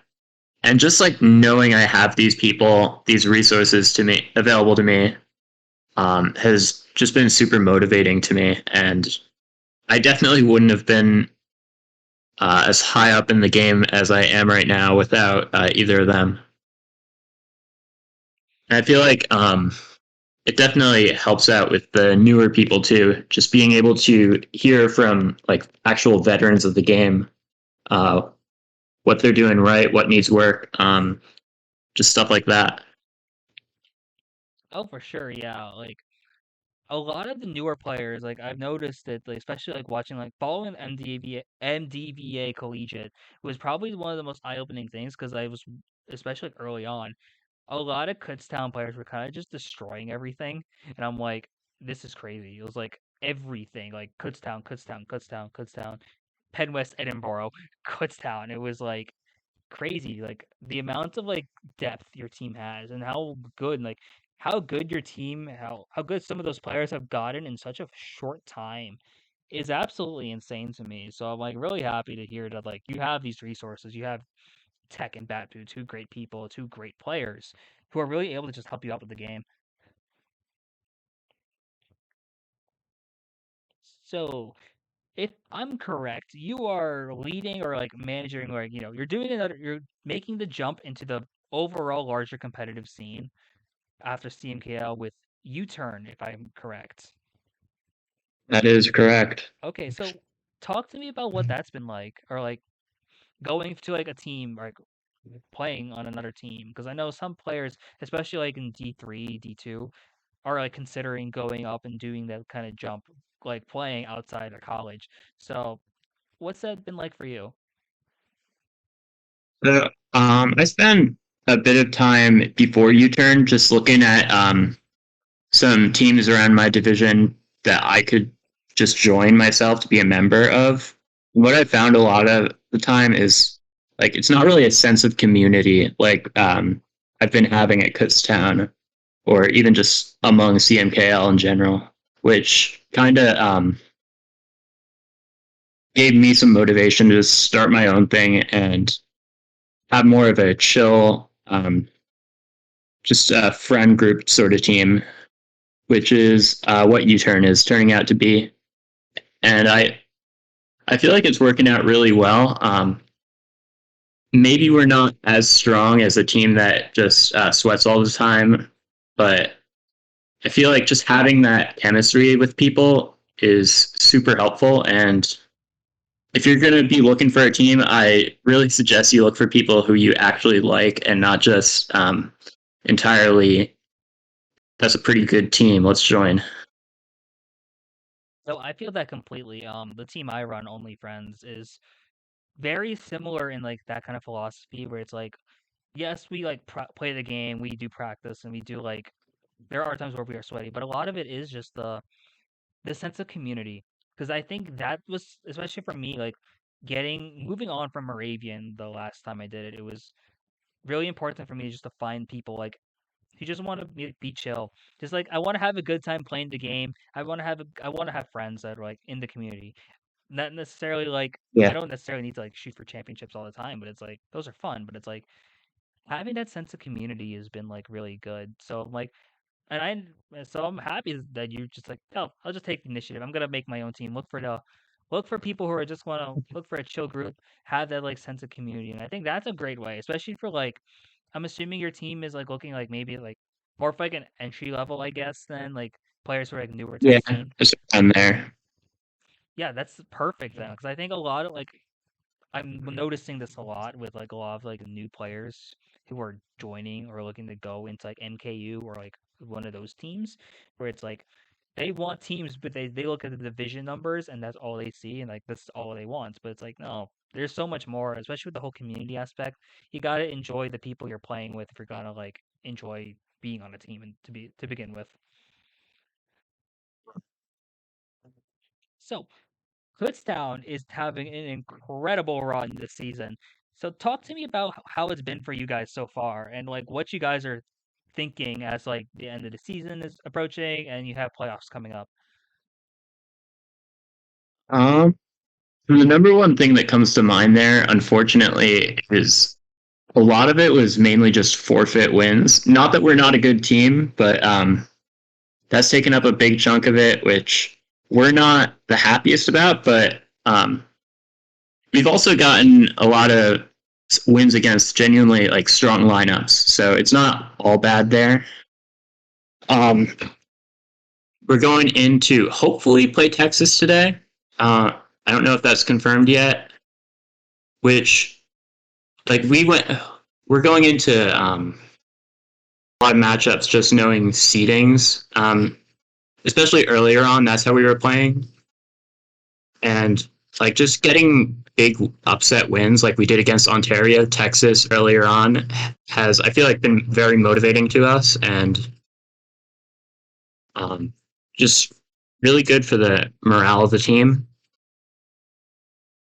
And we're just feeling good about our wins, not feeling too bad about our losses from what I've seen. We're just kind of having a good time, and hopefully we can play Texas tonight. Hopefully win. I feel like mindset has been a lot of it, and we're all generally in a very good mindset when we play together. That especially is like something I'm very happy to hear about. I'm such an advocate for mindset. It means so much in Mario Kart, especially in this game, honestly, where it's like you get hit by 6 items in a row, your invincibility stat sucks, or like you just get Mario Kart, and like it's so easy for your mentality to just go down the drain. But it's been real. That's really good to hear, especially because like you guys have pulled off some crazy wins, and yes, there are some forfeits thrown in the mix and stuff you don't want to necessarily see. 'Cause obviously, you want to win all your games genuinely and get that completely. But really happy to hear that like it's been overall a good experience from what I've been gathering for you guys. So really happy to Yeah. hear it, and I'm thinking like because of that, that's like big thing for you guys as you're going into like playoffs and on. So I'm not sure if you're aware of this, but in D1, you're the only team I think now because Arizona dropped. I'm pretty sure that you're the only team to be almost entirely made up of one school. I think UC SoCal's a few different schools. Texas is a few schools. Ontario is all the schools from Ontario. Peach State is schools from Georgia, but I think for the most part, the Kutztown roster is like, if it's not 100% Kutztown, it's like really high percent of Kutztown students. Yeah, we are 100% Kutztown students on the CMKL roster. Okay, I was just wanted to be sure that. Okay, that makes this even better then. Do you think having your team all be from the same school has helped at all? I think that has been very helpful to us. We actually mainly practice just online over Discord calls, just because of how our esports organization's schedule works out. We weren't able to get like in-person practice time in the room for the semester, but I think even so, just like being able to see each other from time to time kind of really builds a sense of community that maybe other teams haven't necessarily been able to foster as well. That's good to hear. And I get that completely because, like, when I did it at Moravian, that was always a big thing for me. Like getting a chance to like see the other people around me, and like just see the teams, like see my other teammates like in person. Especially like you see with other teams where yes, they have like a lot of good players, and like a lot of Division 1 is good players from a lot of different schools. But like there's just something special about like you like knowing that like oh yay, technical is my sweet mate. That's just so cool to me to hear that. Like you know otherwise like other people are like oh I know who this person is because they're in like the same general area or like in the same same province. But like having a bunch of players just be from the same school is, I think that's special. And it's actually why, and aside from the fact that obviously I'm Pennsylvania, so I'm biased for Pennsylvania, but it's like it's part of the reason I've been really pulling for Kutztown. But it's like, yeah, one school, I think, to go up against like all like the mixed programs, especially like you're like the smallest school in Division 1 now. Yeah, you have to be the smallest school considering everyone else is like massive. So I'm happy to hear that's been going well for you guys. Okay, so unless you have anything else you want to say or have any questions for me, I think that's going to be it for the interview. So is there anyone you want a quick shout out here before we end? Um, so that's a big open-ended question, but I'll say for Team Kutztown, I'd like to shout out Stepien.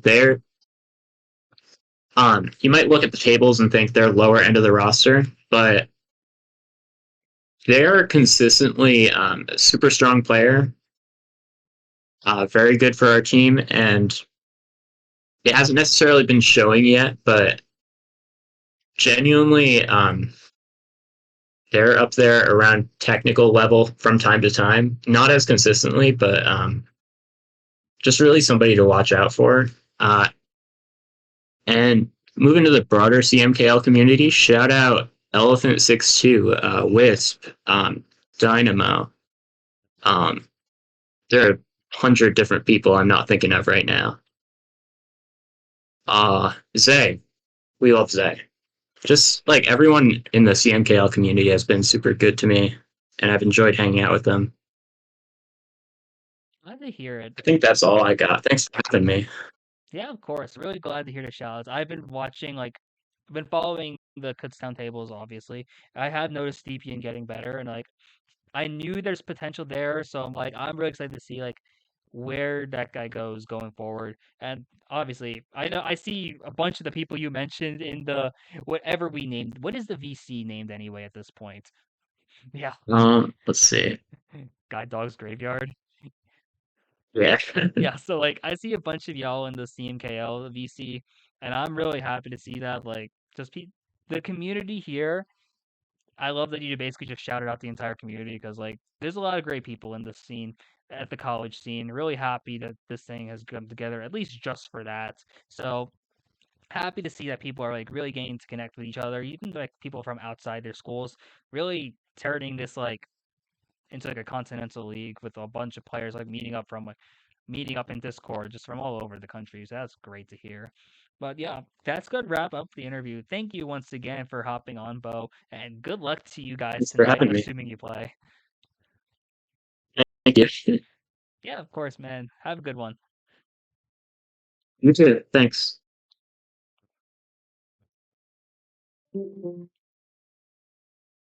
Okay, that wraps up the Bo interview. I'm gonna quick check to see if I think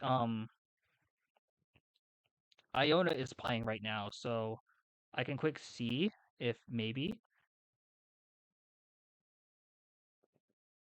we can just get a little bit of a live look in. I don't know if we'll watch the whole thing. Did I follow him? I don't know if I followed Yoshi. Oops. Oops.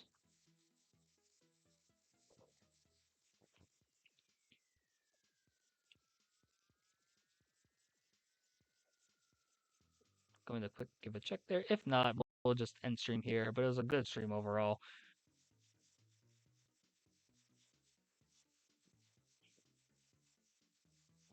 Where was it? Where was it?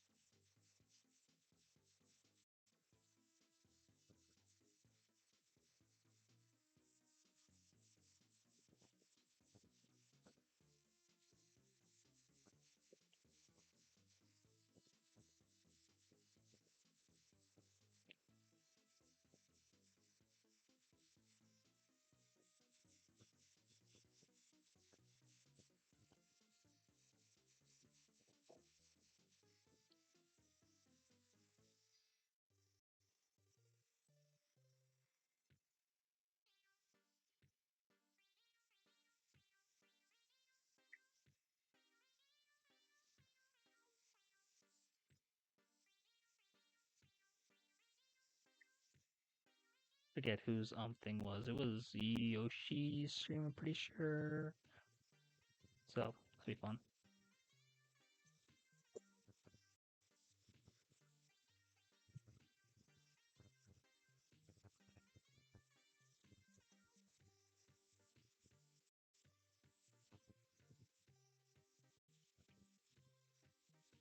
Forget if I followed or not.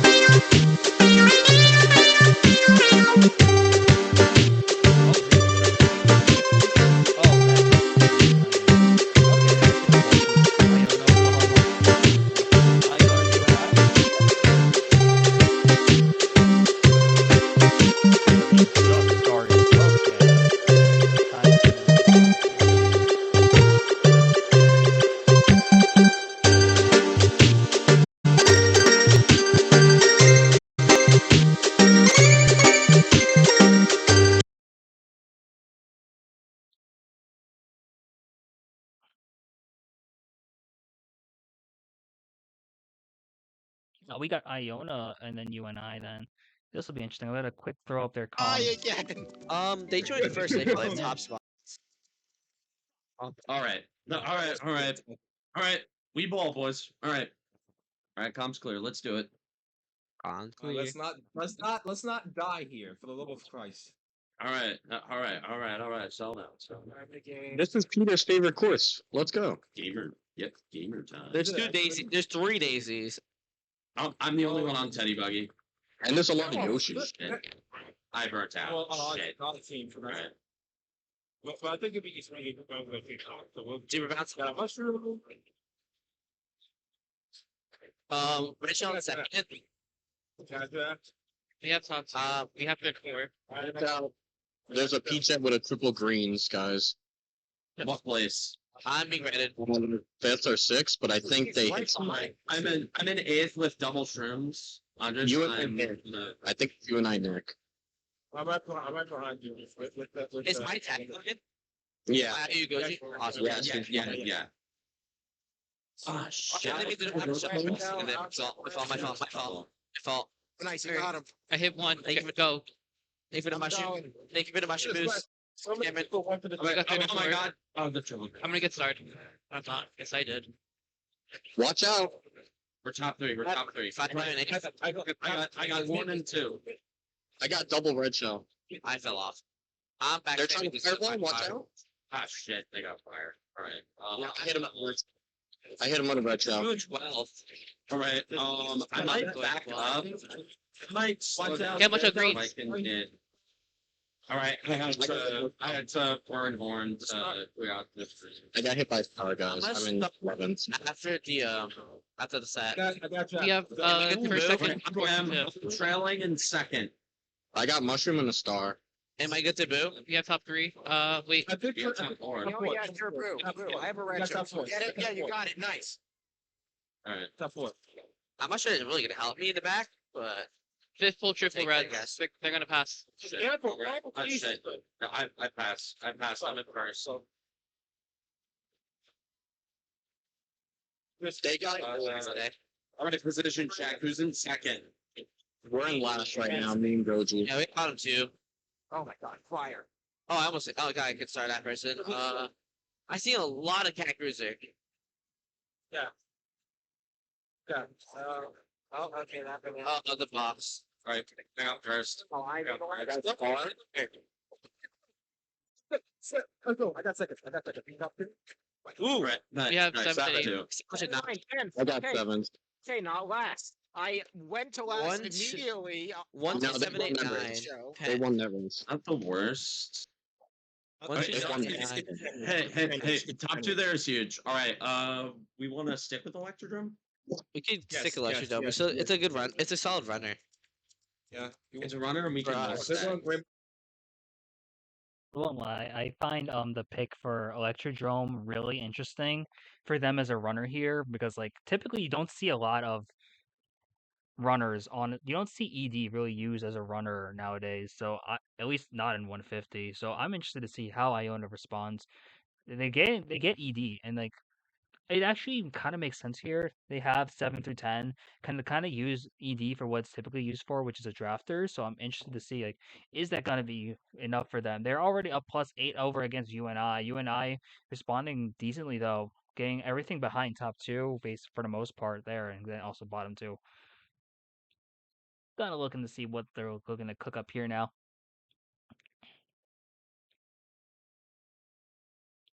Okay, we have once again Yoshi is gonna be on Yoshi bike now. I think also rocking yellow. I don't know if they rocked yellow last time, but hey, works for them. Works for them. I'm gonna have a shroom now, and I don't know who's back there with a Diddy Kong. I don't remember if that was you and I back there. Like maybe it was a burnout. Maybe they're opted to use this as a bagger because I know this.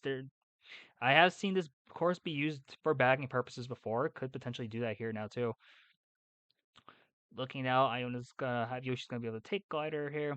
Have shrooms gotta look to cut up ahead. Yeah, wow, that Diddy Kong is so far back. I don't know actually. I for sure if that's no, they're catching up now. So I'm pretty sure they're just gonna look up there. in the 7 now. I'm seeing a couple days up there. If I'm correct, Franken is up there now, as well as Cito for Iona. So Iona's looking to go pretty solid. Gotta go for something. Oh, what a banana snipe right there onto Lemons. Wow, you don't see a ton of aggressive banana plays right there, but that was an insane pull right from that. Now it looks like Iona is like in a top 3 situation, I think here. Yeah, Franken's just on a or Goji are just on a run or Gold AJ. Wow, they're potentially top 5. And trailing the bomb, oh, that fire's gonna take them out though. But it's still really quite a few players of Iona are up there. Not too sure who the Black Yoshi is, but this could be very good still for Iona going in here. Going into this lap 3, he sees a build coming up. Not too sure whose build that is. It's gonna be a UNI build. Okay, Diddy Kong is UNI. Dapper and forgot who the other player is, are in like the 7/8 slot right here. Iona's still running this like crazy, so looking very strong now. They're gonna get trailed. A couple people do get trailed out for here. Oh, and the plant spam now too. Looking like a rough race for Yoshi, but I think Iona is going to be able to secure at least first, maybe two. And there's a shock dodge. Wow, we're looking at this going to be able to cut up here and secure a 7th then for Yoshi. What are the results overall? Oh my gosh, top 4, 7, 8. Wow. Yeah, that's a massive win for Iona in that race. So, and being already plus 40 after race 2, that's exactly what you want to be seeing for Iona. Wonder what they're thinking track wise here. I see if you're watching this. Yeah, Hello, yeah, how what you are you doing? thinking? Music Park or Gold Mine? SNES? I was SNES? saying SNESPO or Amuse Park. Why don't we do music Snappo. part then? SNES. Oh, SNES. Because we have top Yeah, 4. yeah. Oh, Rainbow it's the Road. Alright, so we're going to Dude, Rainbow Rainbow- Road regardless. Rainbow fucking Road, baby. Alright, if it goes to 8 Rainbow Road, remember, brake drift. Brake drift in the first little winding turn section, remember the brake drift. Yeah, I know, Hey guys. guys, I Yeah. think either way, we're all gonna be gay. Okay, we're going Alright, to. we're Yeah, we're going to. we're going to 8 bow. We're going to 8 bow. Okay. Also, cannon. Don't forget that cannon section. You could wait for the items there. Just be mindful that you can't wait for too long. You shouldn't slow down for it. You shouldn't slow down for it. Bringing up the bagging strat now on 8-bow.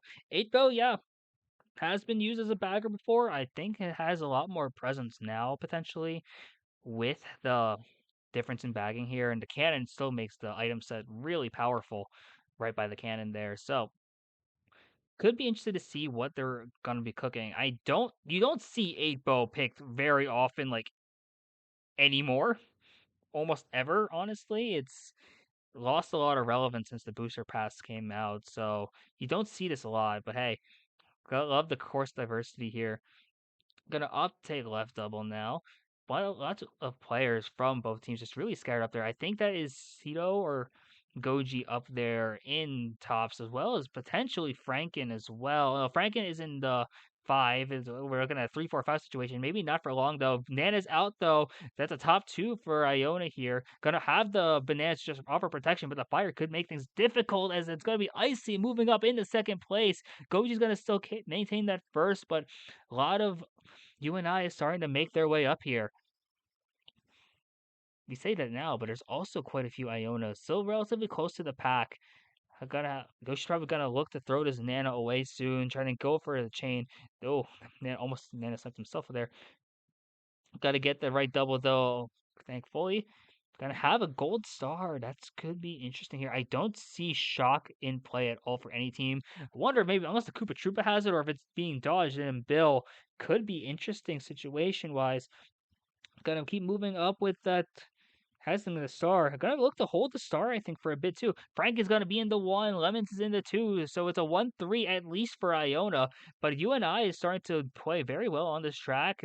Gonna look to maybe secure some more spots behind first. Maybe even take Franken out here if they get blue, or like even yeah, they're gonna need to do something here because it's a 1-3-4-5 for Iona.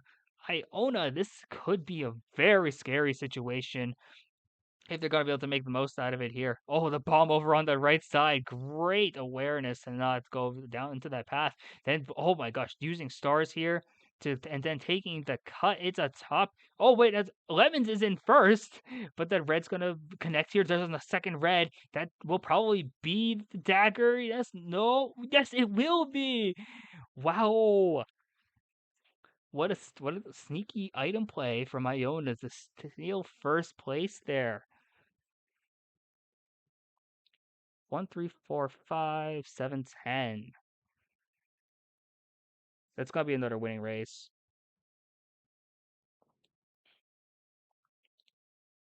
Yeah, another plus 20. They're already up 60 after the first three races. That's insane. Yo, Spoon, match 2 win. Good to hear it. Good to hear it.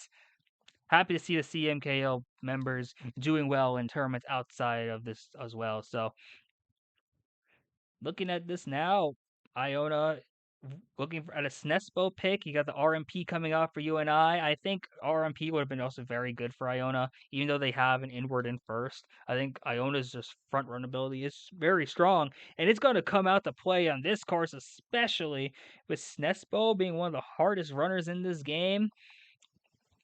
This could go very interesting here for them.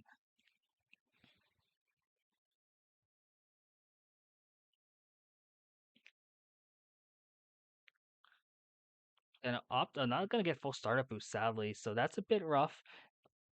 Gonna be able to have the shroom, gonna build some MTs, gonna look to just save this potentially to just get up and ahead of the pack here. Oh, triple greens in play now from Gold AJ in 5. Oh, but it trails out, but the pack being as close as it is there. That's a really unfortunate pull. But I think a lot of Iona, I think, is still up there. Gonna look to take cut. A few Iona players still back here. There's someone in Ghost, I think, with that green. The green is gonna launch forward, gonna find its mark as well. Iona's at least 5-6, but I think that's probably Franken up in first. And if that's the case, Iona's looking comfortable, at least to protect this run. Don't remember who the Tanuki Mario is, to be quite honest, but if that's also Iona, that's massive. But looking at a 3-4, at least for you and I, and having that protection from Dapper is going to be helpful as the blue shell comes out as well. Wow, Yoshi's having a rough time here. She's getting hit by absolutely everything. So you see, oh, there's like 9, 10, 11 for Iona right here. This is looking good for you and I. Jonas is going to move up with the bill. There are a few people moving up in bills. I think there was like 3 bills in play at one point there. You don't see that too often, but hey, you saw it right there. Franken, Yoshi are 9, 10, which means I think that's you and I in top 2. Don't remember who the gold Mario is. I think the gold Mario is Iona. So this could be good. Oh, the Diddy Kong's gonna move up into first though, and I think that's gonna be at least. Oh, never mind. Getting lagged a bit there, but I think that's gonna be a secure race there for you and I.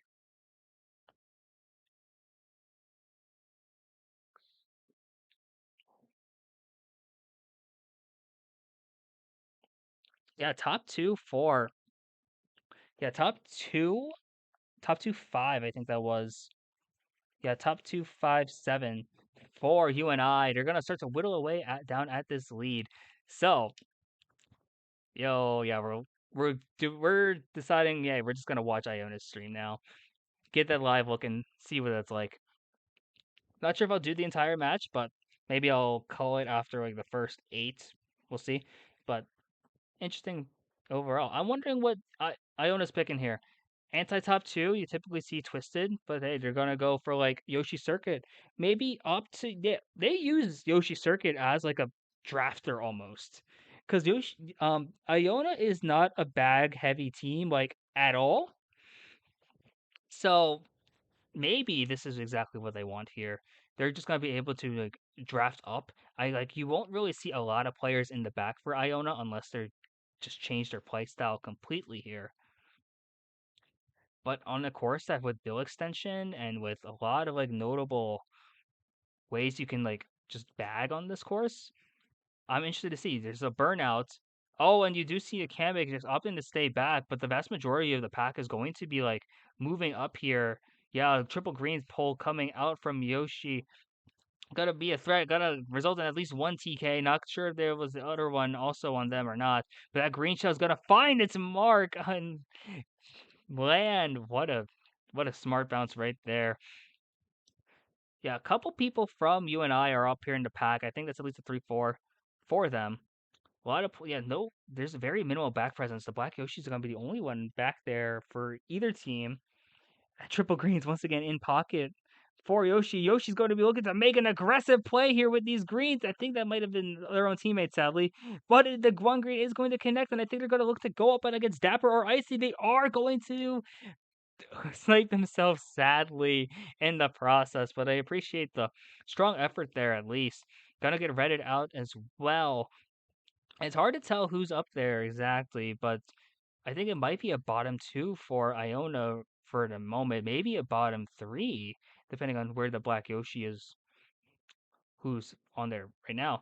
But Daisy is going to move up, and I think that I can't tell if that was Franken or not, but the lead's looking close. The pack is actually really close here.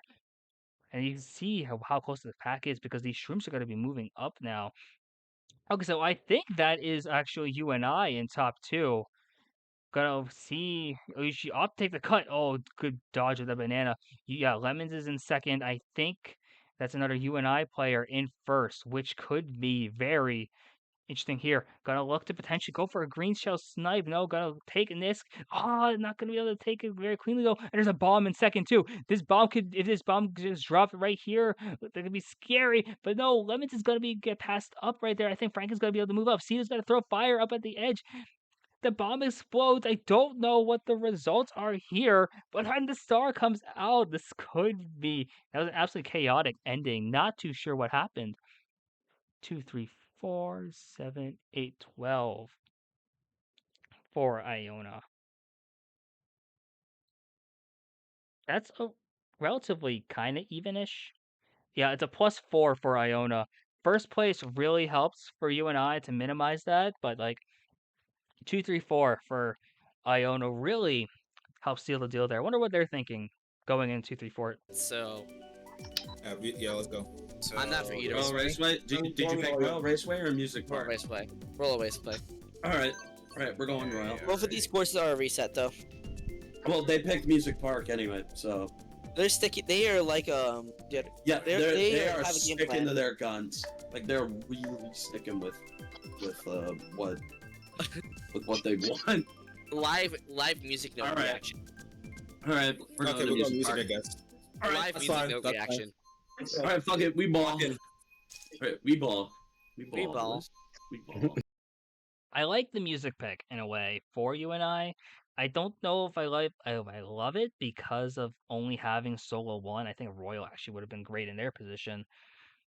But 2, 3, 4 could be really good for Iona here, especially like there are opportunities to draft up, and then once you break away on this course, you just run away like crazy. Let's take a look now that we have an idea of what these teams are looking for. Let's take a look in the comms now for Iona. I think you're out of range. Yeah, I'm out of range now. We're top 3. Wait, top 5. 4. Top 5. Jesus. I guess we fucked in. Hello. Oh no! I tried going in 6 you're going out. Yeah, be careful. Be careful while you're trailing. Yeah, you should have called it out. Oh, Jesus Christ. Look at. I'm super Yeah, we balanced. have to- I was mistakes here. fast. I'm I impressed do with it. double protection. I'm taking a shitty shortcut. Take a shitty Come on, hit him. shortcut. Alright, Sorry. Top 6, we're top 6. Now they have I'm first. taking Cameron. No, they're in first. Got him. Torn. Oh, damn. Right? Redded one of them. What? The trailing. No, wait. We have. Oh, now we have have him now. top 6, do we? I. Alright, whole position. I have bombs position. first. I really would been in be very careful with that. Don't use it. Letters inside. I'm gonna get rid of my I'm items trying here. to be. Oh, Jesus Christ. Ah, shit, I got gleaned.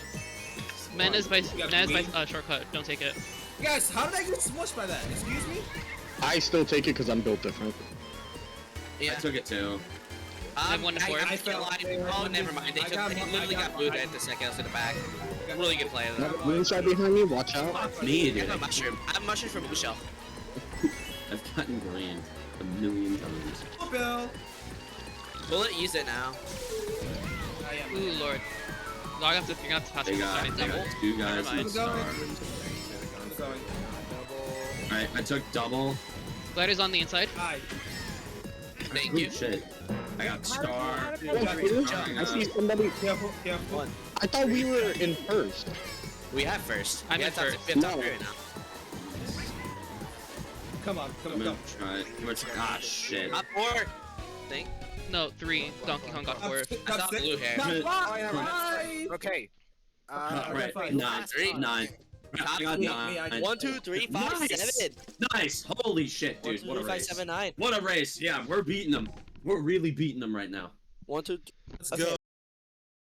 Yeah, that was a massive race for Iona right there. Top 3, 5, 7, 9, the plus 28. And I think it's really interesting to see how like Music Park is actually seen as like a anti-inward course. Oh wow, Royal. Okay, DKS, I can see both these to an extent. Okay. Royal, I think makes sense for you and I. Looking for like a reset here. I know some teams I'm of the belief that Royal is a solo one, but also can be used as a reset bagger. Summit, I think, can also be used as a reset in a way, but I think it really just depends on your team strength. So if Iona likes Summit in this spot to run, then hey, all the props to them. Their running ability has been really strong. Like even Yoshi running like on Music Park with an inward bike, that's you don't see that very often. But yeah, we're going into the second half. Iona's currently up 80, winning 5 of the 6 races. As we see them just trying to jostle for position here. Go into cannon. Item list now, but I think we're at least in the top 3 position. That red could be bad, so obviously don't looking for a trail. I think it's a high half pipe. You don't see a lot of high half pipes anymore with the trick, but hey, Division 3 sometimes still people learning the advanced strats. And I have no idea how you take it on inward as well. I have not seen gap on inward either, never mind. As we see, people like fail in the cut, but some people are also making it as well. Oh, it's a rough getting shoved by a Koopa Troopa. I feel like you never see that. It's rough because I think that's a 10-11 now for Iona here. 12 is now going to be in UNI, and now Iona's going to start moving up. I don't know who the blue shell is aiming for. I think that's probably Franken in first. If it was thrown by UNI.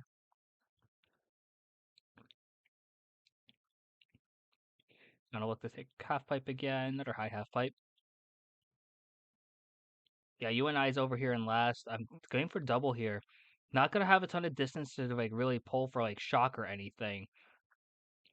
But I think it's an interesting pull. Not gonna opt for double again. Going for half pipe. Oh, go for the item set. That's smart actually. Oh, holding blue now. I think we're Iona is in tops. So holding that blue is going to be absolutely massive now that UNI can't pull it either. Yeah, looking back, trying to see if anything crazy is back there, but no. Unless UNI pull shock, which is possible here, especially with the cannon coming up, with the cannon coming out now.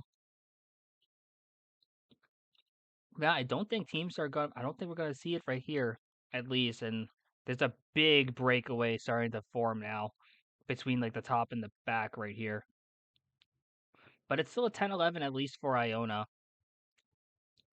Gonna opt to go around again. Yeah, I don't think there's gonna be enough to really do much. Blue is going to be thrown out, and there's a bill as well from Yoshi. Oh, gotta take up quite a few spots and mess up those poor shy guys. Oh, poor bill lines. But from that bill, the bill just had no idea where it wanted to go. But hey, DK Summon will do that to you. I think that's a solid race overall. 1, 4, 5, 7, 8, 11. That's another positive, yeah. Plus 8 for Iona again. They're just adding on to this lead, really starting to make the most with their points here. Now, wondering what they're thinking here. 145, arguably seen as a solo one, and you kind of draft up some interesting options you could do here. Royal, I think, is great. Ribbon makes sense to an extent as well. Yeah, I can see Ribbon actually working very well here as like a mid spot runner, because a lot of the team is like 4, 5, 7. So 4, 5, 7, 8. So you get that early draft and you kind of run away. And if you're able to break away, then Ribbon Road, then the ending shortcut on Ribbon Road isn't super massive here. So we're gonna take another deep dive into the Iona comps as they approach Ribbon Road, see what they're doing here. You'll get at the indivs, Franken 73, Goji 72. Great indivs from both their teams right now, both their I'm players. so proud I got the gap jump in an actual Good game. job. I'm If I proud of see you, man. one more Good job. buddy, buddy, Good shit. I'm gonna push my own ass. If you have a star, you could just jump past both jumps without landing. I literally It's did it very without risky. needing It's to land. very risky. Don't do it. Well, I Unless did you- it and I got Unless you blown. got practice on it, don't do it. I'll say that. Yeah, I did it anyway. Yeah. It's just Don't- risky. well, don't- I don't want don't you guys do it. to make mistakes like that. That's all. They got top 3 right now. Oh, well, Never I guess mind. I'm You one would last. just take a shortcut. You should have I have no items. Oh, Fuck. Are you serious? I pulled Boo. Let me know when I can. Whatever. Nice. It's not a shortcut. But Get the fucking I guess, fuck it, we're bagging. knock me off Fuck it, we're the bagging. I got a fucking horn. ride. I got first with the horn. Nice. Hold Are on. you serious? Right. Man, I'm working on He's it. first. He's first. That was not good. No, that was fine. That was fine. Oh, I got boomerang. I trolled him. I trolled him. Man is middle. You got Grab. I'm in first. I'm in first. Okay, top 2 right now. Get mana outside the second turn. Thank you. Hold on. Right. Be careful with that boomerang. Okay, hold on. Just the other way. And I'm booing. Just my mushroom. You're fine. Nice, What shortcut. am I getting hit by? Took shortcut. I'm in first. Watch those reads. I'm in third. I did the thing. I had a bomb jump scare. I'm gonna try sniping. Can't let me pass. I have fire. Never mind, I do not have fire. Go. I Oh, boy, those have green. I have green 6. Got it. I have a star taking shortcut. I have 4 in behind you, Cam. Just go. Just try. I'm going I'm as wasting everybody's green now. Peter, oh my god. I have to get rid of that. I'm gonna grab. Yeah, I failed. Single. I failed cut twice. No shortcut. I failed both cuts. I took- Trails. They got top 2. Fourth place, baby. Fourth place. Okay, fifth. Red. I red told him no. Seventh. What? Seventh. How do you get 10? Okay, that's good. Oh, Okay, I beat them that's anyways. good. That's good. Hee hee. I beat them anyways. Haha. Okay. Oh, Peter and I spin boot. 3, 4, 5, 7, 9, 10. That's a -2 then for Iona. Iona's heading into the last GP, still up 86. With the way they're playing, they don't even need anything crazy here. Able to just finish it off with some just solid races, even just close races, just not letting up big things. I love the Oh, I thought okay. The Neo pick I think makes sense for what's it called? The Neo pick makes sense for you and I. Royal for Iona would make sense here as well, to an extent. I think for Iona, I would probably rather see a drafter here. Probably closer to TM, Dolphin, Sydney. Something to really just make the most out of having mid spots. Don't necessarily need to reset here, even because you have a lot of mids. But we're going into Neo. And with you and I having top 2, this could be very good for them, actually. To whittle away at this lead, maybe even make a massive statement here. You're gonna need to start seeing some bigger races from you and I to really make the most out of having this to really out of this track pick here. Gotta look. You see you and I actually doing a really good job of getting up in the front, really holding their tops. And the triple nanas, it's a rough pull as well. And now you and I is still in top 2, I believe, as well. So this could be rough.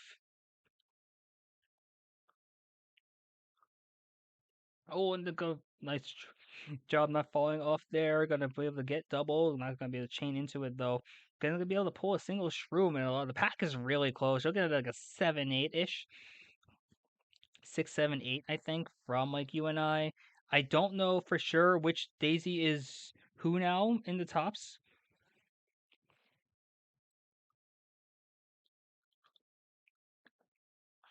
Yeah, but a lot of UNI in like the 3, 4, 5. Oh, and these triple greens pull. This could be actually a very scary pull here, especially if the Sident pops the horn against Gold AJ.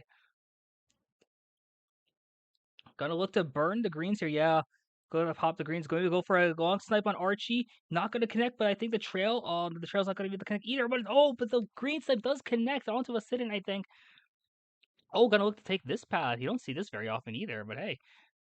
So it's a 3-4 at least for Iona. I don't know which Daisy. I think that might be Franken in first, or Franken's in the back. But UNI is holding on to second at least very well. Gonna look to pop the trail immediately here.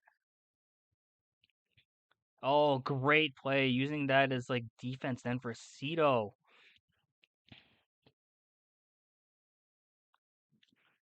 But yeah, it's looking like, oh wow, shocking. Could be in play here with the star coming out in 3. The distance was that massive, honestly. It's at least a 3-4, I'm pretty sure. Yeah, 3, 4, 5, 6, 7, 8, 11.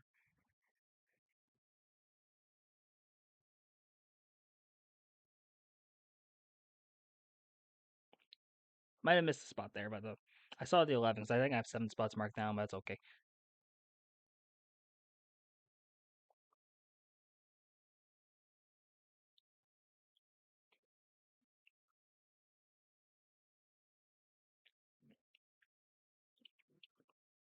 Both these teams opting for like resets I think is really interesting. Because typically in a top 2 situation, I would expect to see some kind of runner, especially for UNI, knowing that after Neo, they seem to be very comfortable running courses once they have on like running like those top 2s. So I'm surprised they're opting for Yoshi Valley.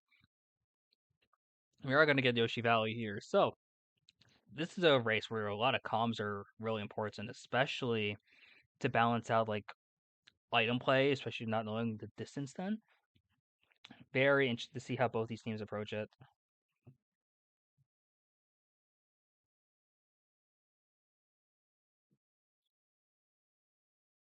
Okay, Cat Cruiser and Standard Bike. Oh wow, you don't see Standard Bike very often anymore. I love the pick though. Unless I think that's Standard Bike, unless it's Varmints and I'm just can't see.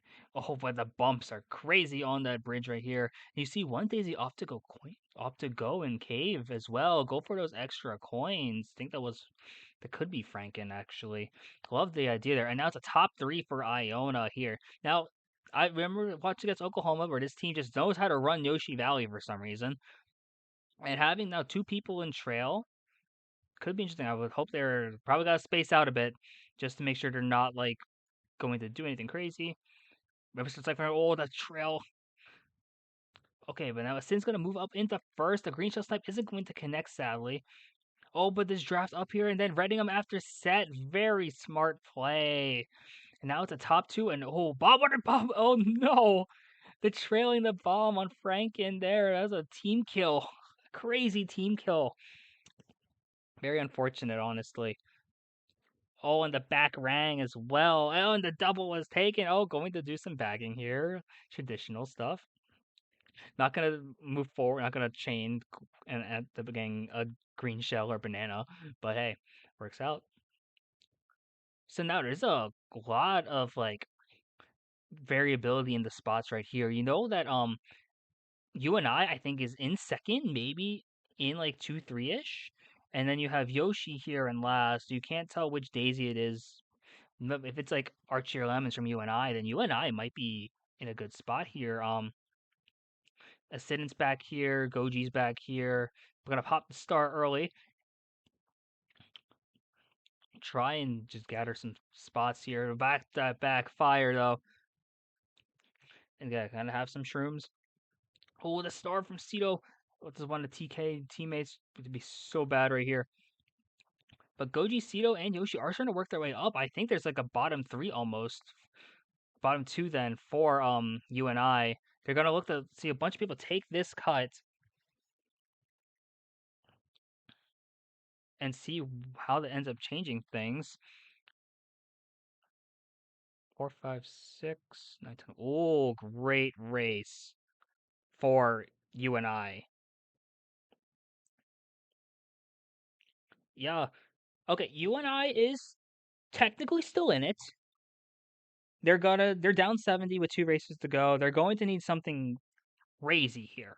MC3 love the pick. Yeah, I love the pick. They got top 3. So, whoa. Whoa. DP3 as a top 3 runner? Now that's a bold move for you and I right here. You typically see Donut Plains as a bagger or even as a solo one where you have one person just run like crazy because you can take that opening Nisk, but instead we're going to get Mario Circuit 3. Another bagger here.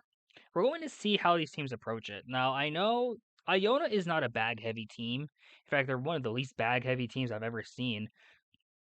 So, going to be really interested to see, are they going to actually approach this like as a bagger, or are they going to use it as like a drafter of sorts? Okay, we see one person does go back. Yeah, from Iona. An immediate trail, I think that is going to be a TK, sadly, though.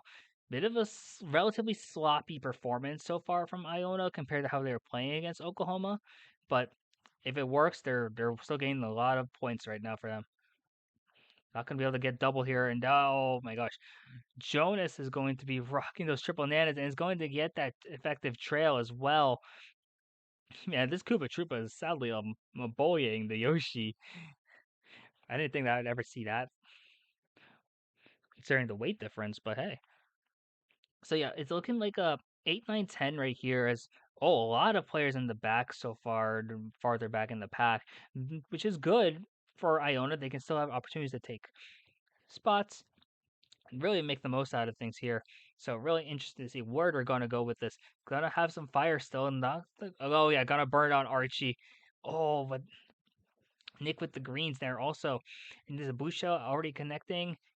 Pony's going to move up into first, and it's an absolute dogfight here. I don't know if Shock is in play at all, especially considering that it's not a very wide spread in terms of players. Archie's still going to be holding those greens in 8th, though, and Triple Shroom's going to be coming out from Yoshi. Going to look like cut up ahead, Shroom up, going to be able to secure that one single.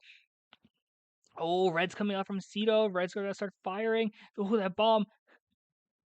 Oh, wow, what a play. Oh, gonna look to take this next cut, I see. Oh, that red is gonna be coming for, yeah. This could be a very interesting race. I don't know if it's gonna be enough for you and I to stay alive, but still, wow, that's rough Reds. Yeah, I don't think it's enough for you and I to stay alive, but you and I might have had another solid race there at least. 4, 5, 6, 7, 9, 12.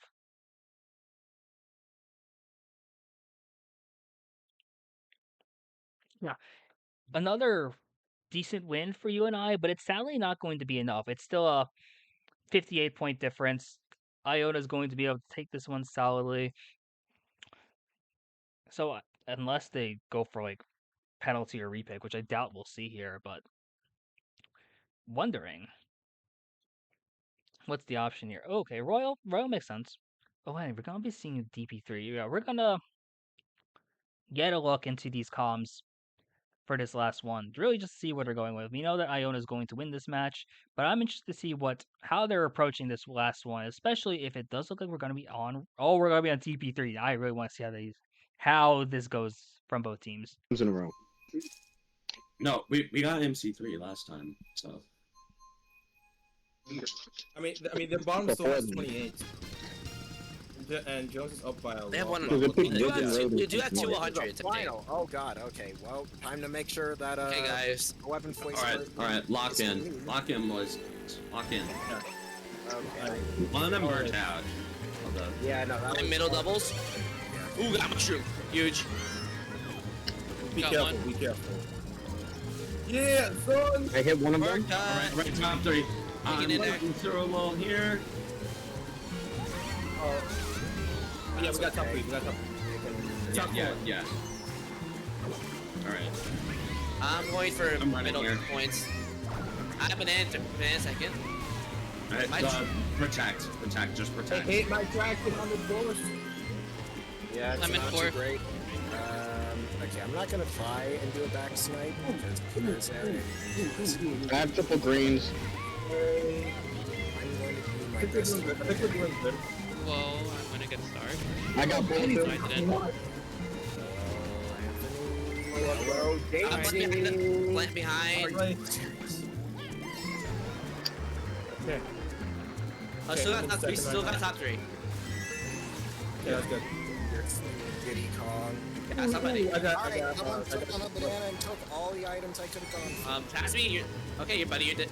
Okay, buddy, you're dead. This is really bad for us. We have to bring them back. They have a bullet. We got top. We got top three. We got top three. My race is over. I also got a bullet. I got trailed. No. Bullet! Oh no! I banana. Damn it! No! Right. Go. Lightning.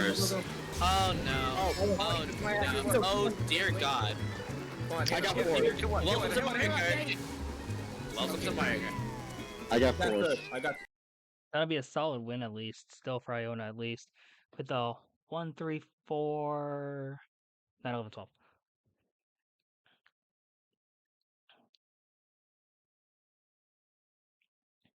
Even race, keeping it a roughly a plus 58-ish win for Iona.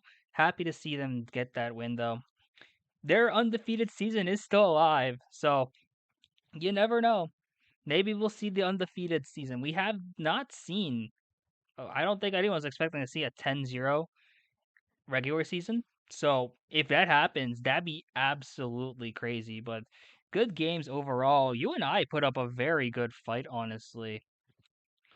Really happy to see. Yeah, really happy to see the stuff that you and I was doing. So I think though that will probably be wrapping it up for us here today at CMKL Game Day. I have to get ready to go coach, and I have to do other stuff, all the homework I have not done. So gonna quick see if there's anyone I can raid. Yep, there's one person I can raid. So I'm gonna send a quick raid over to one of my teammates, one of the people who really helped me get into the comp scene, and one of my favorite players ever, Andrew. So kind of quick raid Andrew's channel then. So, but that's it for me, guys. So thank you again for tuning into the last regular season CMKL Game Day. Hope to see you ready for the playoff version coming up soon. Until next time.